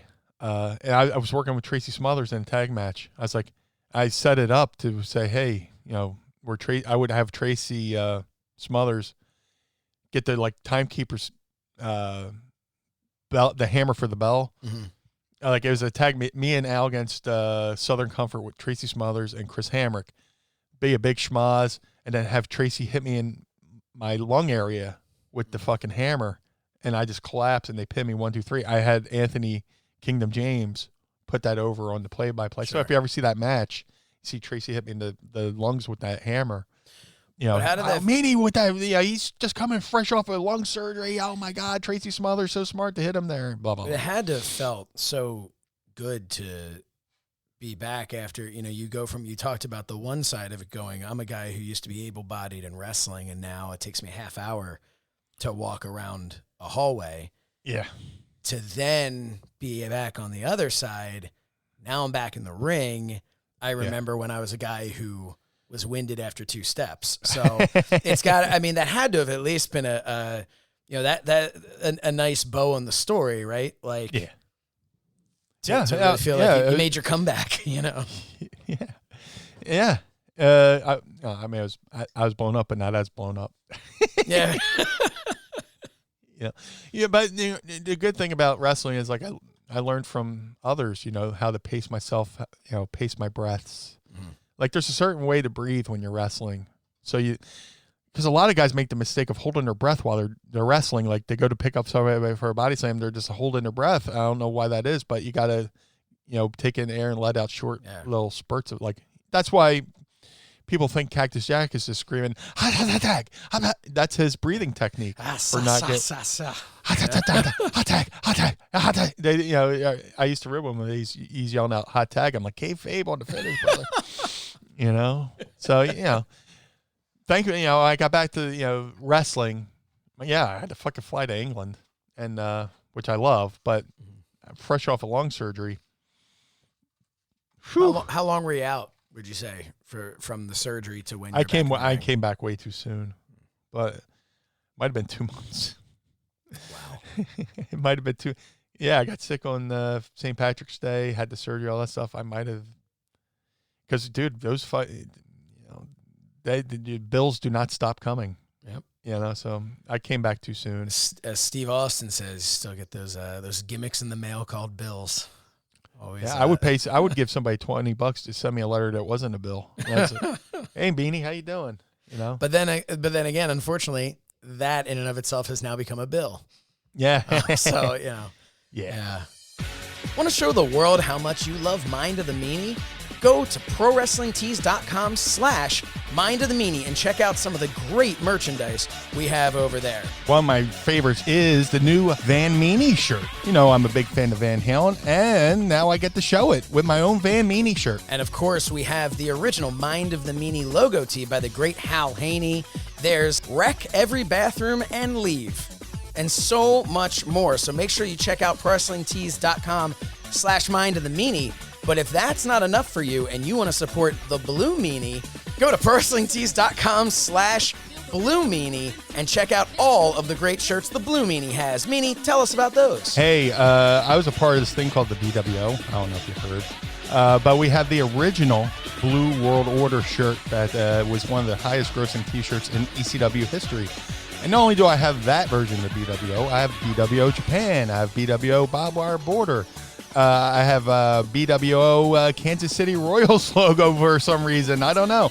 Yeah, go over to ProWrestlingTees.com/BlueMeanie and get yourself one of the original BWO shirts, man. And if you feel like you really, really need to, you can also go to ProWrestlingTees.com/So Says Shernoff and check out some of the merchandise that I have over there, like the Shernoff tie shirt, or the very popular Sarcasm is My Superpower shirt. My favorite. But wait, there's more. Because if we're talking about wrestling shirts, then we have to be talking about the wrestling brand. Collar and Elbow brand.com. Use the promo code Meanie and save 10% over there. I don't know if you know, but the Blue Meanie and the BWO took over the offices of Collar and Elbow brand. I got a special shirt over there. It's the Collar and Elbow mirror logo, but instead of saying elbow, it says LBWO. So go over there and give Rod Hicks and Al Snow, my big brother, some love and use the promo code Meanie and save yourself some cash. Oh, man. Hey, do you want to do a little Ask Meanie anything? Be a perfect time for Ask Meanie anything. It's time to Ask Meanie anything. All right. Let's see. We've got some good questions here came in today, and of course, all of our Patreon members who have joined us live while we're recording this. Any questions that you have, please feel free to send us a couple of messages. This isn't a question. This is just kind of a fun fact. Canadian cartoonist commented on your tweet about your Van Meanie shirt. Yeah. And kind of threw out there like anyone who's upset at the design they stole, which first of all, no one's upset. It's not like you're paying homage to something. So, but they're saying, remember that Van Halen stole their logo from a Jimi Hendrix flyer. Did you know that? They posted this picture. Not a clue. Yeah, that's pretty cool. Yeah. All I did not know that. He says, I love Van Halen, but it is true. Yeah, Canadian cartoonist, man. Ain't nothing wrong with doing that. With look, Meanie and I are both wearing things right now that's it's very clearly merchant. The BWO logo. Yeah, right? Yeah. Yeah, I mean, NWO stole that one right from you. Basically. Yeah. It's all good. All right, we'll kick things off here. We asked you, and you used the hashtag #AskMeanie. We'll start off with our good friend and our Patreon brother over here, Jeffrey Mitchell. We've heard your fart stories. Can you tell us a story of the most offended you've ever been from someone else's fart? Wow. You want to talk about being able to take the show and do a complete 180 on topics. I don't think I've ever really been offended by someone else's. Maybe in school because I couldn't fucking take a powder and leave, somebody in a class with. I guess, but there's never been a situation where you were like a long ride, you're in the car, you're riding with someone who's just, it's all about the protein powder and beef jerky. Nah, on a car ride, if that happens, it's just part of the, you expect the unexpected, Okay. So you're more appreciative of it as keeping you on your toes than. No, seriously, literally, like if I could dish it out, if I dished it out so many times, I have no right to complain about anybody else's, really, right? That's fair. Yeah. Hold on, what, hon? Yeah, somebody said we all heard about my stories, but have I ever been offended by somebody else's? Do you know something? All right. Oh, the Blue Meanie offended by farts. Me, mine. Okay, fart, and then he's got to clutch his pearls. Oh, P.U. I've never. And I say, you're disgusting. Get out of my face. We literally had that argument last night. He's disgusting, but if I fart, oh, fucking yeah! I can't believe. Oh, dearie me. Oh man. Tell him what you made me do last night. I woke him up and sent him down the hall to go fart. 'Cause let me tell you, I have this headphone eye mask combination. I listen to like meditations, and they're like, breathe in, and then it's like the most sour, disgusting smell I've ever smelled in my life. Now, usually I just kind of I got to the point where I would ignore it. I'd roll over. I would find the gap between the wall and the bed. Like if you're in a car that's submerged in a lake, or like if you're trapped under ice, you find a pocket, you press your nose at the top so you find a pocket of air so you don't fucking die. Right. That's what I do in the nights. Because what I'll do is I'll go, oh my God, you're disgusting. And then he like Dutch ovens himself on accident. He blows it around. It's disgusting. So like I've learned like to quietly find that little pocket of air and not like move. I don't want him to like blow it around. I'm like falling asleep last night and it's like breathe in. And it's like the most sour, rotten thing you've ever smelled. I was like, you need to go down the hall right now. She made me leave the bedroom to go down and force out a couple farts before I went back to You sleep. need to go evacuate. You have to. Because you're disgusting. And sometimes if I can't fart, I just put my foot up on the tub and squeeze one out. But, like, people have this idea that, like, our relationship is one giant Dutch oven. It's really not how it is. This isn't an invitation. He does not dare around me. People are like, oh, you made chili for dinner? Oh, Blue Meanie, oh, his butthole. And that's not, he does not dare. He knows better. I will strike you. I will physically harm you. You will throw dinner in the alley. But yeah, no, if I fart, he's like, oh, be you. I never. It's me, okay? Wow.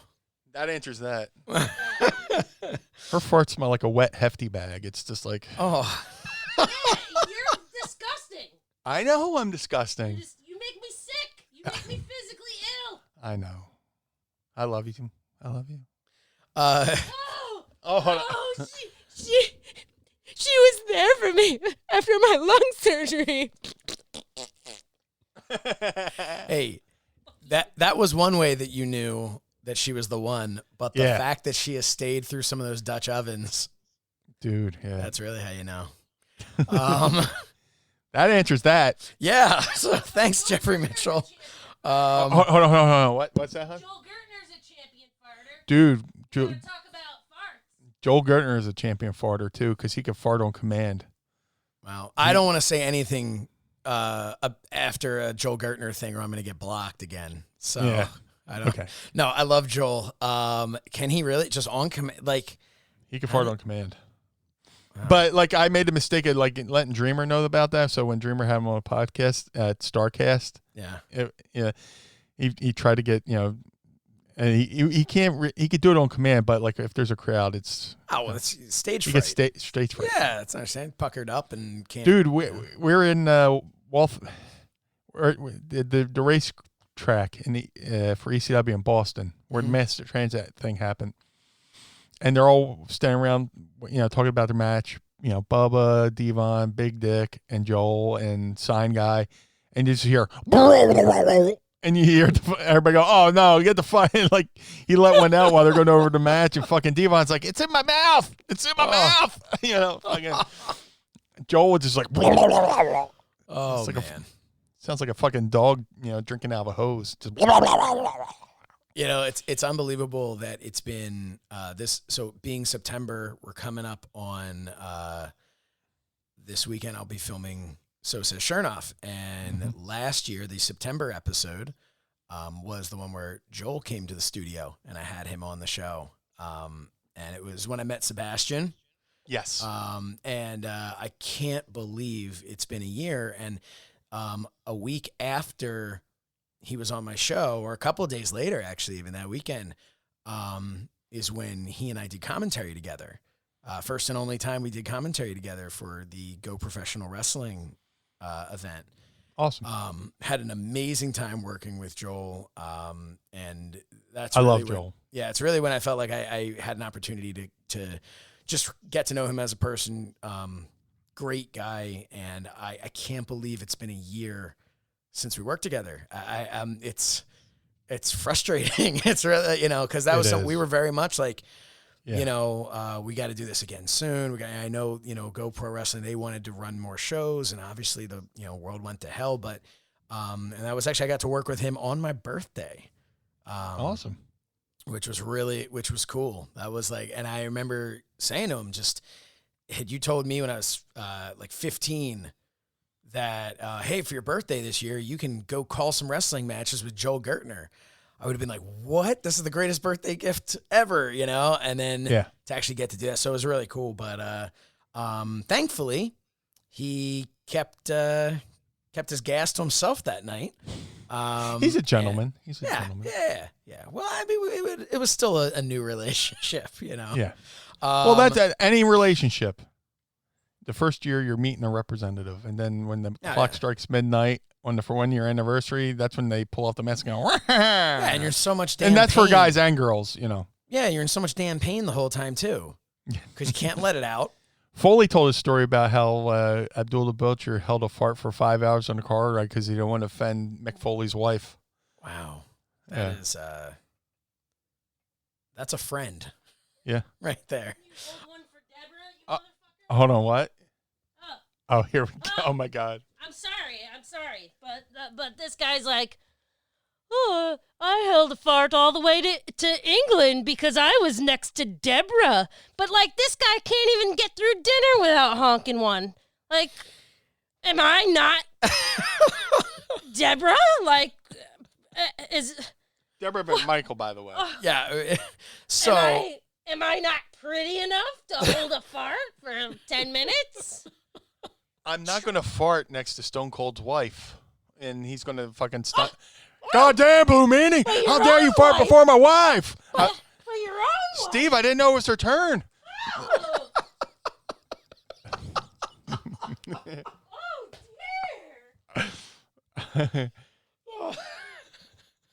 Blue Meanie farted before my wife. Sorry, Steve, I didn't know it was her turn. My wife was mad because she said I didn't buy her flowers. I was like, I didn't know you fucking sold flowers. Oh, wordplay on the mind of the meanie. Yeah. It's been a good episode so far. It's been great. As we enter the second quarter. Vitamin JW at woo. Vitamin JW asked, do your fellow Eagles fans ever give you shit for making a career out of dressing up in Giants colors? No, it's not Giants fans. It's usually Dallas fans. They go, see, you like the Cowboys because you're wearing blue. I was like, well, if I was going to pick a fucking team because they were blue, I would pick the Colts because they got the BWO blue. They got the royal blue. And some website went to do, I forgot what the name of the fucking website, but they did if pro wrestlers were football teams. Yeah. And there was like the Indianapolis Blue Meanies, and it was me with the fucking Colts blue. Oh, that's horseshoe awesome. on my forehead. You could Google it. Go to Google and Google pro wrestlers as NFL teams. And there was like Iron Sheik was like the Jaguars, but Sheik and Jaguars colors. And I was the Indianapolis Blue Meanies. Wow. And I was like, yeah, I don't get shit. You know what? Here's the thing. And for our friends who are from another country, Philadelphia Eagles, Dallas Cowboys, New York Giants, and the Washington football team are in the NFC East. Hey, it was Up Rocks. Up Rocks. Mrs. Meanie smarted me up. Up Rocks did the article of pro wrestlers were NFL football team. So go look for that on Up Rocks. It's really cool. I was flattered to even. Can you imagine all 32 NFL logos as professional wrestlers? Cool. Thank you. See, she's the good side of my brain. But what was I saying? Oh yeah, for those listening in another country. So Philadelphia and the Dallas Cowboys, heated rival all the way back to the 50s. But you would think it would be Philly, New York because they're so close. And I always use this analogy that Eagles fans and Giants fans are like ugly cousins. We bicker back and forth, but then when a Cowboys fan comes along, we team up. Eagles and Giants fans team up against the Cowboys fans because the Cowboys fans in the football world are like the worst fans because they keep talking about shit they did 25 years ago. Oh, look at our Super Bowl rings. Yeah, I saw them on Antiques Roadshow, you fucking cunt. Fuck you. Whoa. And that's why 2/3 of the BWO was Eagles fans. The other third, fucking Hollywood Nova, is a fucking Cowboys fan, even though he lives 30 minutes from fucking Giants Stadium. At least Donnie B was a fucking Giants fan because, dude, every year the Dallas Cowboys play the New York Giants, and everybody in our circle calls it the fucking Bucci Bowl because Donnie B and Nova have had some of the most legendary fights. Like, I've seen them come to blows over fucking Super Fire Pro Wrestling. You're like, they'd be playing Fire Pro, and Bill Wiles would be in the middle, and they're doing a 6-man scramble match or whatever, and fucking Nova reached over and fucking punched Donnie B in the face for keep putting him in a wrestling hold. And you go, dude, you just hit me. And Nova goes, no, I didn't do it. And Wiles is like, dude, you just totally fucking punched your brother. So when the Eagles and Giants play, or whenever throughout the year, I bring up Facebook and I'll pull up two windows. I'll have Donnie B's page and I'll have Nova Mike Bucci's page, and I'll be like, refresh. It's gotten to the point where we made graphics for it, but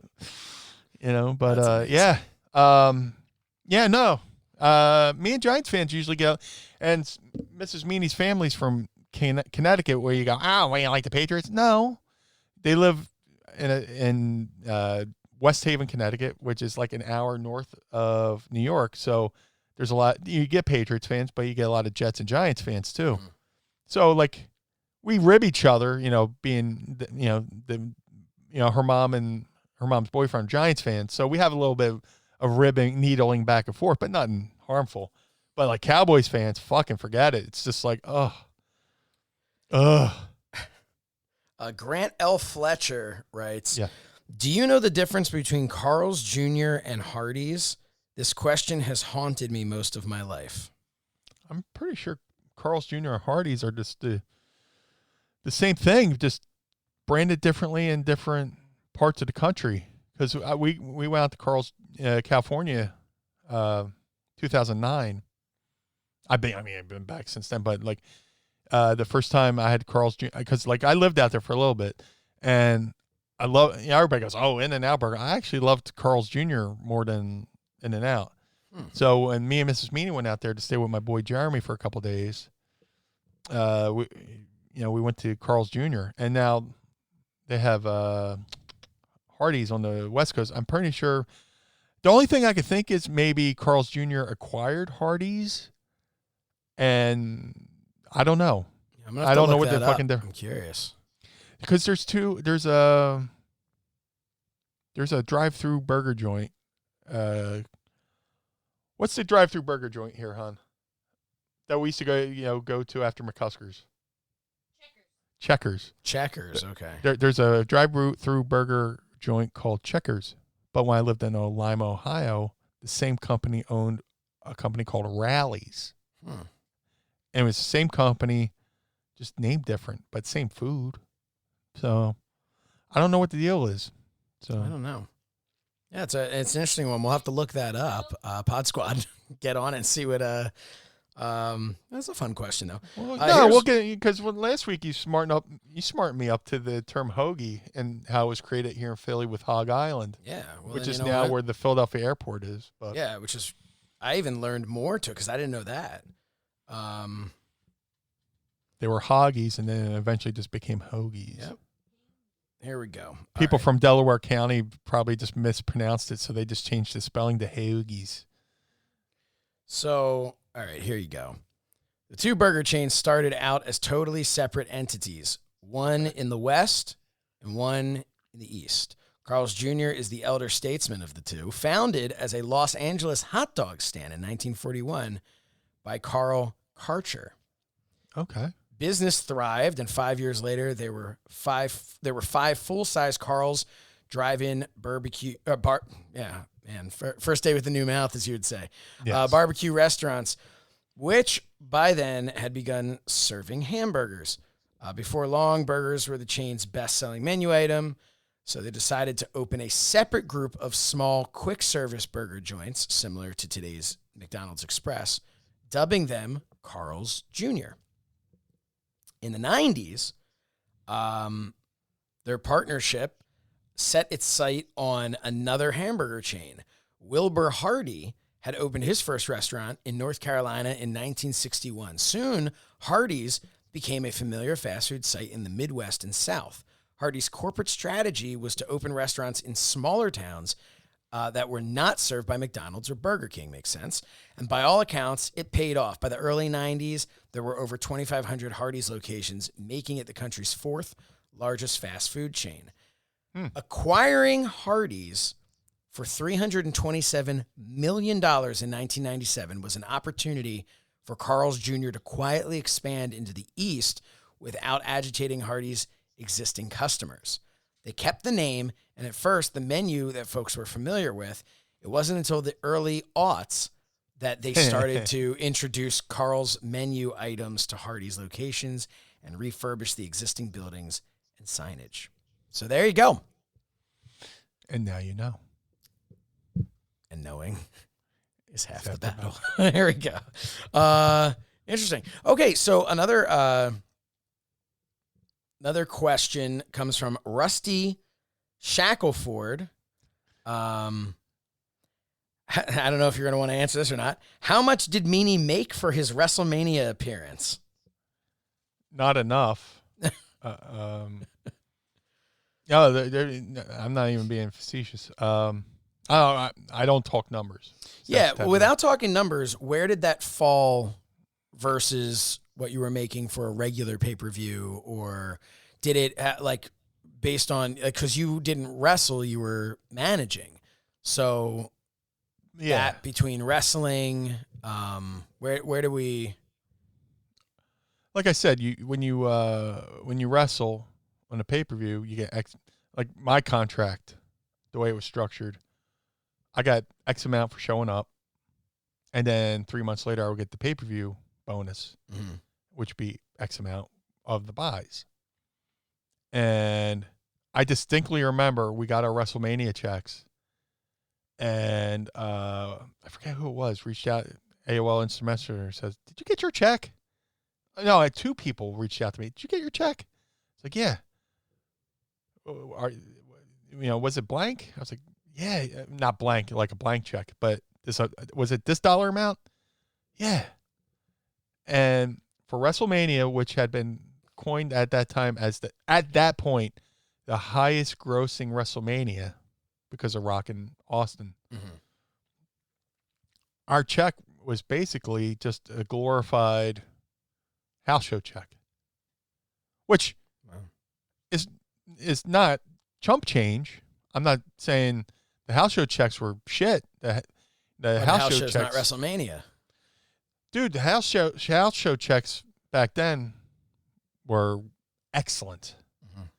But when you're being told it's the highest grossing WrestleMania or highest growing pay-per-view buy up to that point, that's what you're being told.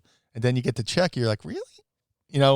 Did they have this pay-per-view in Canada? This is one of the, because if you wrestle in Canada, you got the what we call the mysterious blue check. Because with WWE, they would pay you get your check, it would be like a beige check. But you get, when you got paid by the Canada office, it was like this mysterious. I got the mysterious blue check because whatever, and it's like way smaller because Canada, it's Canada, exchange rate.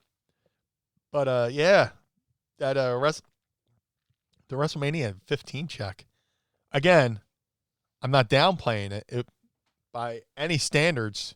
Oh sure, but people are like, oh, that's it. And then I would hear, I heard stories of guys saying what they got just for appearing on a pay-per-view. One wrestler said, "Yeah, I was supposed to be in the match, and they got beat up, and I didn't have the match, but they showed the segment. Just for being in that segment on the pay-per-view was blankety blank amount." I'm like, holy shit, that's like a down payment on a house. And that's I think that's kind of the thing. It's like when you're a kid and your parents take you to the toy store. Yeah. And we're like, okay, hey, we can go to the toy store today. You pick something, whatever. That's great. You're super excited. That's couldn't be better. When it's your birthday, you want more. You're expecting a little bit more. Doesn't mean you don't appreciate all those other times. Those are great. Right. But hey, this is my birthday. This is WrestleMania. Yeah. It's supposed to be a little bit, it's supposed to be a little more over the top than. Put it this way: if they gave me that money now, I'd be fucking fist pumping. Yeah, right. It's all relative, right? But when you're expecting, you hear what people got for pay-per-views that weren't WrestleMania and just not even having a match. Granted, I was just managing, but the people who actually had matches on the WrestleMania were like, really? It's just. I'm not complaining. But it's like, where'd that money go? All the sponsorships and all that stuff. Twix and M&Ms and Boombox or Kaboombox. JVC Kaboombox Slam of the Week. Yeah. Well, what was the other one? They had a boot company with the Kick of the Week or something like that. Lugs, Kick of the Week. Yeah. Hey, someone. Backstage at WrestleMania, they're giving out what's something the Gathering. What was that? Magic the Gathering? I have way more Magic the Gathering cards that any fucking Brian Heffron should ever fucking have in his life. Because they were a sponsor for the show, so they're worth something. That's because that's where Gangrel came from. That's where Gangrel came from. He's a magic character. Okay. No, he was Vampire Masquerade. I'm sorry. Okay, that was a different game. But yeah. Yeah. Yeah, I mean, I wish. See if those are worth something. I wish they would. I don't have them anymore. Oh. I mean, I've moved so many times, and my fucking basement, devoured all of my VHS, with mold and stuff like that, just being so damp down there. And I've, what I say that now, I could probably fucking find one card from that one pack of Magic the Gathering, but seriously, I wish they would have given me a fucking I would have taken a Kaboom box. I would have said, fucking yeah. Those things are fucking hard to find. Well, you can find them, but they're way too fucking expensive. But so we'll wrap things up with Devin Miller. Devin Thank is you, Devin. Devin, get the questions. Yeah, more questions, Devin. Yeah. No. Another seriously. one. Devin's got 2 questions here for us. Sure. Number 1. For you, I should say. What's the longest Meanie has driven without stopping? Oh. I feel like it depends on the gas in the car. Like, I mean, how big your tank is, right? This is a multi answer question because, we did a loop in Louisiana. We stopped on the way down, but on the way back, from wherever that last night was, it might have been Shreveport.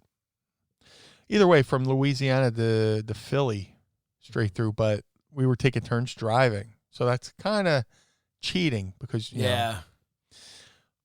straight through. Actually, I was going to say Memphis to Philly when I went back to see my grandmom, which might have been 15 hours. 14 but for Starcast of Chicago, that was coming home. That was 16 hours. I was the only driver. I was the only person in the car who could drive. Yeah, and I'm wondering if what and Devin, if you're still on and watching us here, if you want to let us know. Obviously, you have to stop after 300, 400, whatever miles for gas. Like depending on what your car handles. Well, nowadays gas is easier because the cars are better made. Right, but still, what I'm saying is, so I wonder if he means without like staying over for the night or taking. I think that's what he meant. Yeah, because you have to stop otherwise, but like long straight through. When we drove to New Orleans for ECW, we stayed over in Atlanta. Mm-hmm. We stopped in Atlanta, woke up the next morning, finished the drive. Yeah. The way back, we fucking powered through, but it was me, Nova, sound guy Randy. Yeah, so, I think the longest I ever did was also Starcast. Calvin and I drove. Longest I ever drove by myself was pretty close. I don't even remember where I stopped. I drove cross country in a few days. By myself was those Lima trips. Yeah. When I first, when I was training, I would leave Atlantic City and get to Lima. That was 13 hours. And that was just me, a highway and a radio, and just powered through. And I wax poetic. I think about those drives all the time. As my formative years, I was 20 years old, just trying to make my way, and I just different things you think about, and you're like, wow, that's so cool, And that's why I offered to drive the Starcast. I kind of wanted to recreate that drive. Yeah. I mean, we drove from Philly to Lima, and stopped at Lima, had QB Burgers, and then went from Lima to Chicago. And on the way back, we stopped at a place called Tom and Chi, which Joel wanted to stop at, which was like a grilled cheese place, soup and grilled cheese sandwiches, and they're like gourmet grilled cheese. It doesn't even exist anymore. It's like it was something that was thought of on Shark Tank, as Mrs. Meanie just yelled out. It was a Shark Tank place that they invested in. It's not there anymore, but there was 2 in Ohio. We went to one that was closed because it was Labor Day weekend. They closed, but we looked it up and we called the other one, and that was open. We drove to that one, and we loaded up on grilled cheese sandwiches and soup and tomato soup. Devin actually meant without stopping for gas, but I don't think that's really like an impressive thing, because that's like, you just drive. I've driven so many times just straight, and then it was when I stopped only when I needed to get gas. Yeah. So I'm sure. For me, it would be like Philly to right outside Pennsylvania when you get into the Ohio border. Yeah, which is maybe 400 miles. Yeah. So yeah. But his other question that he had was, what is the biggest lie you've ever heard from a promoter? Oh, Jesus. So where do you narrow that down? We were trying to shorten the fucking podcast. We were so close to shortening this episode. Yeah, it would be like a Ken Burns documentary. Fuck. Promoters' lies in color. I don't know. Like I said, I had my match with JBL, which aired on SmackDown. And next weekend, I'm at a shit show in Delaware, and we're basically wrestling in front of waitstaff. And the promoter has a pre-show meeting going, but if we sell DVDs, we can make the money to pay you guys and all that stuff. And like, I'm like the name on the show. I'm the veteran on the show. Everybody's looking at me, and I just know the promoter paid me my money, and I have it in my boot. So I was like, oh, yeah, we could just go on with the show. Yeah. We don't have to show. I got to give this fucking money in my boot back. I don't know. But no, you advertise the show. Even if you sold a ticket for one person, you owe that person that fucking that show. But biggest lie, and we're all like, yeah, DVD sales. You can't even get people to fucking buy one ticket to the show. You're going to make them buy a fucking DVD for a show that's like in the bottom of a bar, and you're just wrestling for waitstaff. And I got footage from that somewhere. I wrestled my boy Chris Crude, and we were just doing the match to fucking pop. Thank you, Miss Meanie, for the refill on the cold brew. And me and one of my favorite human beings is Julian Bradley, a.k.a. Chris Crude. And some of the funniest moments I've ever had in the ring was him. And I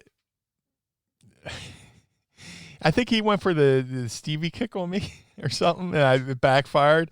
And I pinned him 1, 2, 3, and he rolls up and purposely puts his face in the camera and goes, I should have never went for the Stevie kick. To which we watch now, and we just fucking pop ourselves. Oh, man. I had a match with Julian, Chris Crude at DCW Arena for 3PW. And we had this whole match laid out, and it was going to be the funniest match. Like, Chris Crude's a big dude. I'm sure, I don't know who's bigger, but like I know I'm taller, but he's a big dude, and he was like maybe 400 pounds, 450. And he was doing the Chippendales gimmick, and he was doing this before. There's a picture of him on the wall behind. Oh my God, yeah. Can you see it up there? No. No. Do you want me to get it? Yeah, can you grab that? Hold my coffee. Hold on. I hope my butt crack's not out. You take him. I take this. Whoop. Chris Crude right there for the folks on Patreon. There he is. He was doing the Chippendale I remember gimmick. him in, what was he, in WXW? Yeah. Yeah, that's where I remember him from. Yep, that's him. Same guy. Good Love dude. him. I love him because he's so funny. He's so smart. And we did this match. Sorry. No, it's cool. And we're going to the go home was going to be somewhere. I hit the rope, tackle him, nothing happens. Then another like the force, irresistible force, mean the immovable object. You know, go for a tackle, something. I bump him. I go for the moonsault, miss, and whatever.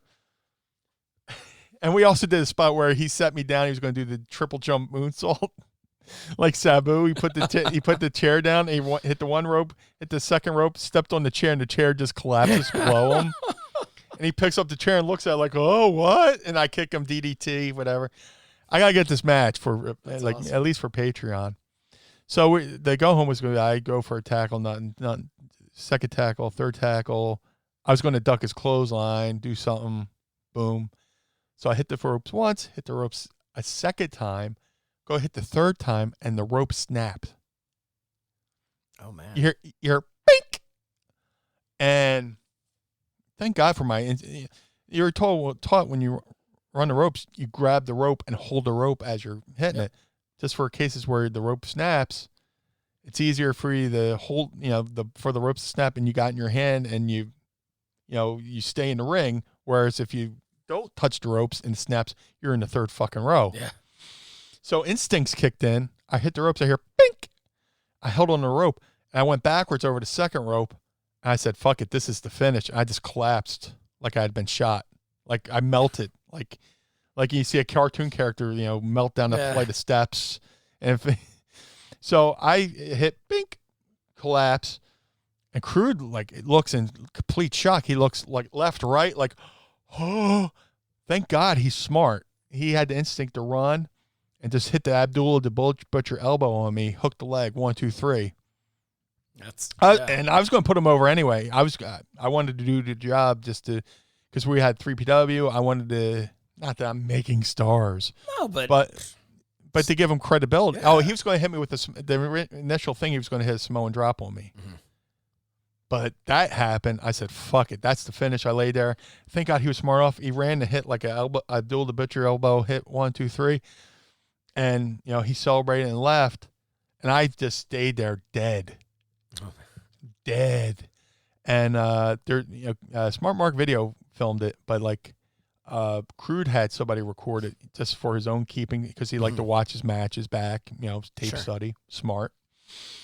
And referee Mike Keener was recording for him. And when I hit the ropes, it looks like I went over the top rope, hit the back of my head, and fell back into the ring. And hear Mike Keener go, "Get up, Meanie. Get up, Meanie." And he's like, some super smart guy. He bought the finish. Oh, wow. And boom. And I don't know why, but Crude went back, and we took an impromptu intermission. I stayed down while they fixed the ropes. And Finnegan's over me. Somebody else runs out. Crude goes back through the curtain. "Oh, my God, I just killed the Blue Meanie. Oh, my God, I just killed the Blue Meanie. Oh, my God, I just killed the Blue Meanie." And everybody at the curtain's like looking, and other people are coming out to check on me. And I'm doing the ventriloquist.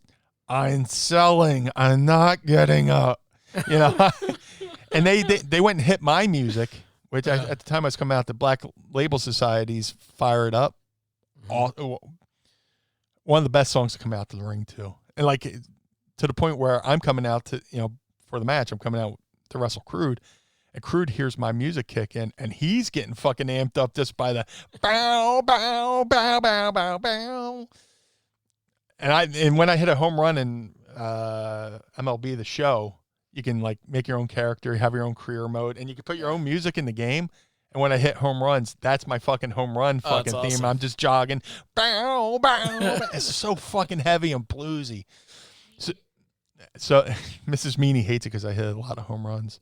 But I'm laying there and they're playing my music, and I slowly get to a knee, or I roll out, and I get the fucking the clap you get when a football player gets hurt on the field and they're carting him up and they give him the thumbs up. Yep. You get the, "Oh, he's alive." I roll out with my feet, and the crowd gives me the, "Oh my God, he's alive," fucking applause. Oh, that's awesome. I don't know how we got into that topic, but biggest lie. Biggest lie. Yeah. Well, that was a big lie. I pretend I was dead. But yeah, biggest lie a promoter ever told me. Hey, I'm a big fan of the feigning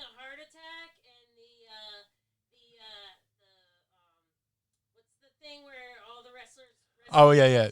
They're just so many shitty promoters, and their biggest like go-to lies. Like, I know I've definitely had promoters try to fake a heart attack and they got rushed to the hospital and they couldn't pay the boys.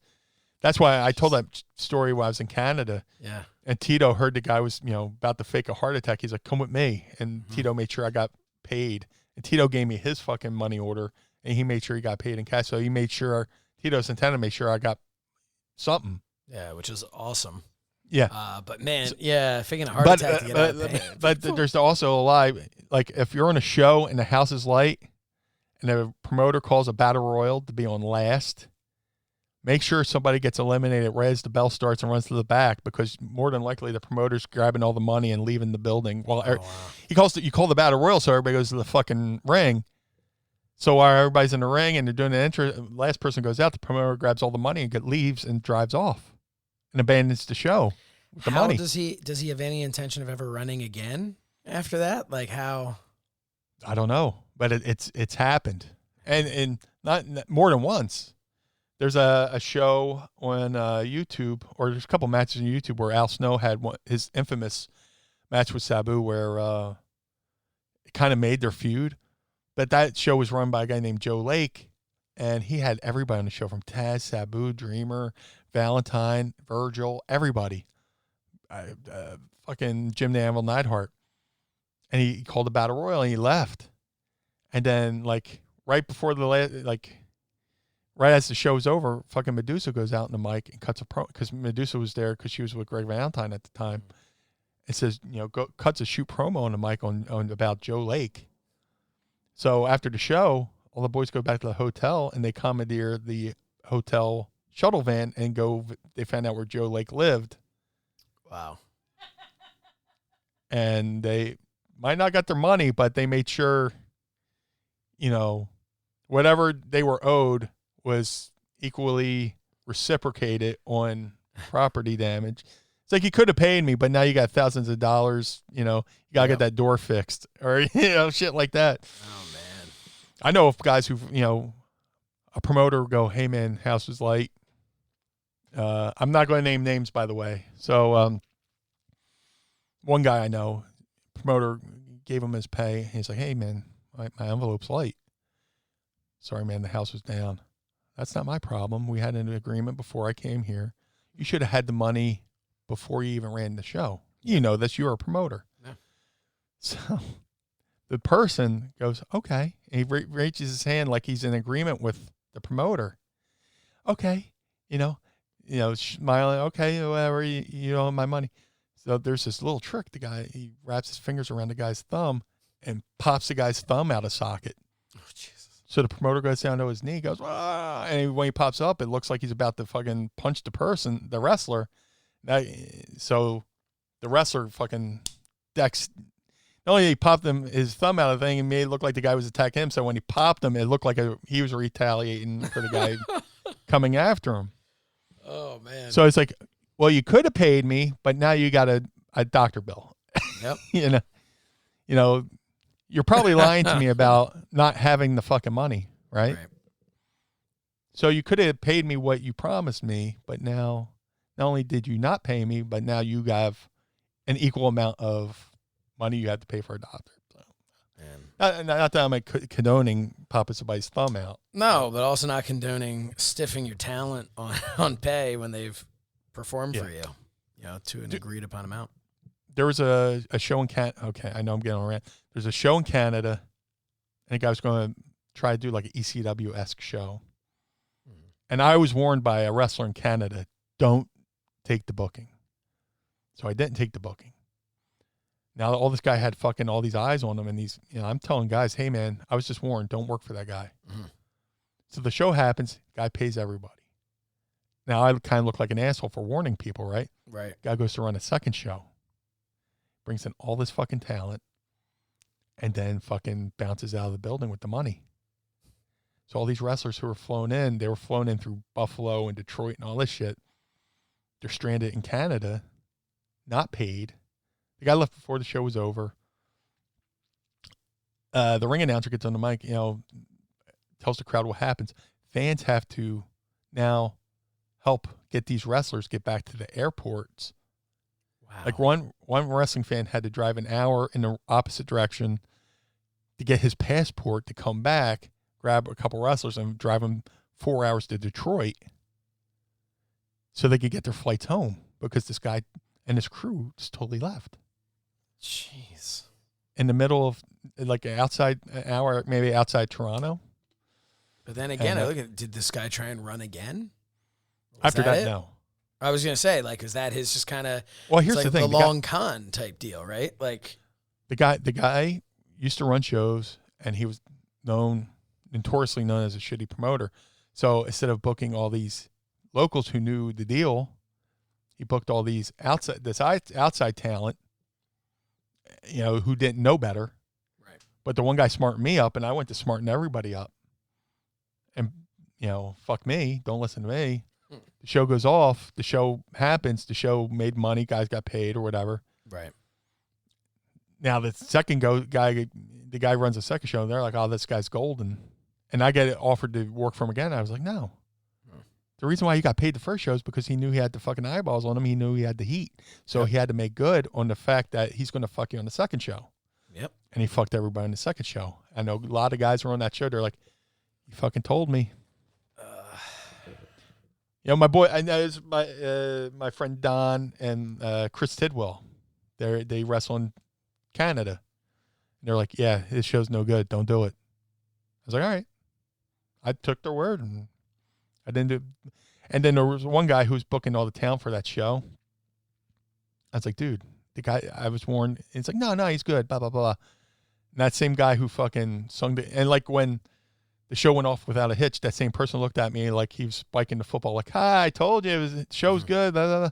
So when they got fucked on the second show, I saw that same guy. I was like, and he couldn't even look at me. I just don't understand.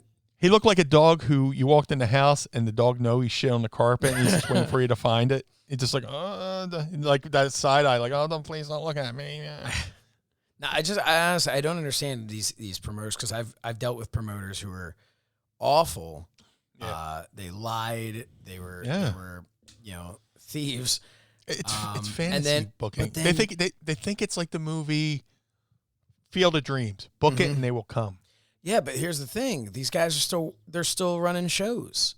Yeah, I had a guy. Well, now with social media, it's a little bit better to out these fucks. Yeah, you know, it's easier to out them a little bit more. Yeah, but still, like, I'll see them, and then they're still doing business with name talent. That I'm looking at it, I'm going, well, obviously they're paying the name talent, but how is everyone still associated with some of these people? And I just, so sometimes I don't know it, and then it's tough because you don't want to call them out necessarily because that can end up hurting your career. Well, we went through this last week with why do these people still wrestle for WWE, right? And they're labeled as independent contractors, but they're not employees or not getting benefits. Right. For some people, that might be the only game in town in their small city. It's true. You know, or wherever they're wrestling, that might be the only place they can wrestle locally without having to physically move to another part of the country to get regular work. You know what I'm saying? So and I think these promoters know that. And what are you going to do? Work somewhere else? Right. You know, and they're probably fucked. And they'll work for free while the big names come in, make all the money, and get all the merch deals, sell all the merch. Right. You know, so that's I've seen those situations, and it sucks. That's why you kind of have to move to a place where there's more than one option, you know. Yeah, it's a tough business, and people are constantly taking advantage of talent, young and old, that are trying to, you know, in every industry, make it. Oh yeah, absolutely. Ladies and gentlemen, welcome to Retromania Wrestling. Hey, Meanie, do you remember playing some old school wrestling arcade games? Oh, absolutely, man. I spent many hours in the old arcade as a kid, spending endless quarters for endless hours. Well, now, guess what? They're back. The old school style wrestling game is back with Retromania Wrestling. Retromania comes to you from Retrosoft Studios, which is a video game development company creating modern games with a retro feel. Retromania Wrestling is the official sequel to the 1991 arcade hit WrestleFest, and it's set to be released for the PC, Nintendo Switch, PlayStation 4, and Xbox One. Dude, I've spent so many hours playing the original WrestleFest in the arcade. Now I get to be a part of the official sequel, and that is amazing. The roster is stacked. From Hawk and Animal, the Road Warriors, to Tommy Dreamer, Nick Aldis, Colt Cabana, Johnny Retro, Matt Cardona, Brian Myers, and so many more. And as you mentioned, the BWO. That's right, all three of you for the first time ever in the same game, the Blue Meanie, Big Stevie Cool, and Hollywood Nova. But there's more. The man announcing all of you to the ring, well, it's this voice you're hearing right now. That's right, Josh Shernoff, me. I will be the official ring announcer of Retromania Wrestling. So go to retromaniawrestling.com now and pre-order this game. But hey, that's that does it for Ask Meanie Anything. Some great questions today. That was fun. I think this was a good episode, man. Yeah, I really like I this. think so. A lot of Mrs. Meanie. Yeah, it was a whole. This is a Mrs. Meanie heavy episode, which always I'm happy, means it's gonna be a good one. Yeah, everybody gets to see the reason why I fell in love with this woman. Yeah, and you took us on a roller coaster of emotions for sure. I didn't mean to get too deep. No, hey, you know what? Yeah. That's the thing that I love about this show is you don't know what you're gonna expect. You're incredibly transparent with, your feelings towards things. Figuratively, not literally. Not literally. I can not literally. I cannot see the wall behind you. No, man, this was a great show. This was a lot of fun, and always for me, I always feel like I got the front row seat.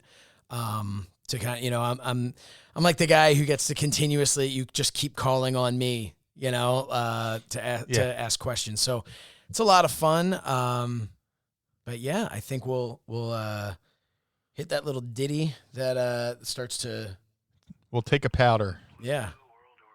This has been a good one. Thank you to everyone on patreon.com/mindofthemeanie who decided to hang out with us live. Appreciate it.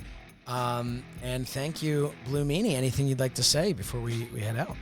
No, thanks for everybody for joining in. Thanks for our pod squad on the Patreon. Thank you to everybody who downloads every single Monday, and for spreading. And thanks to those who spread the word. I appreciate you, whether you're on Patreon or just download for free. It's all important. We're all in this together. This is our community, and we're all having a lot of fun. So thank you for listening. Please help spread the word so we can grow this thing to something, somewhere we have not like a Jim Jones type cult, but we have our own little community here in the Mind of the Meanie. And part of doing that would be to follow us on social media at Mind of the Meanie. And while you're at it, follow us as individuals as well. The Meanie can be found on Twitter, Instagram, and Facebook at Blue Meanie BWO. I'm at Says Shernoff on Twitter, Instagram, and Facebook as well. Don't forget to visit mindofthemeanie.com. You can follow all the links there to our Patreon and, of course, our ProWrestlingTees.com/Mind of the Meanie /Blue Meanie /Says Shernoff collar and elbow brand.com, promo code Meanie, homage.com, and retromaniawrestling.com. Check them all out. For the Blue Meanie, I'm Josh Shernoff. Join us again next Monday for another trip into the mind of the Meanie. Blue World Order. The world of MLW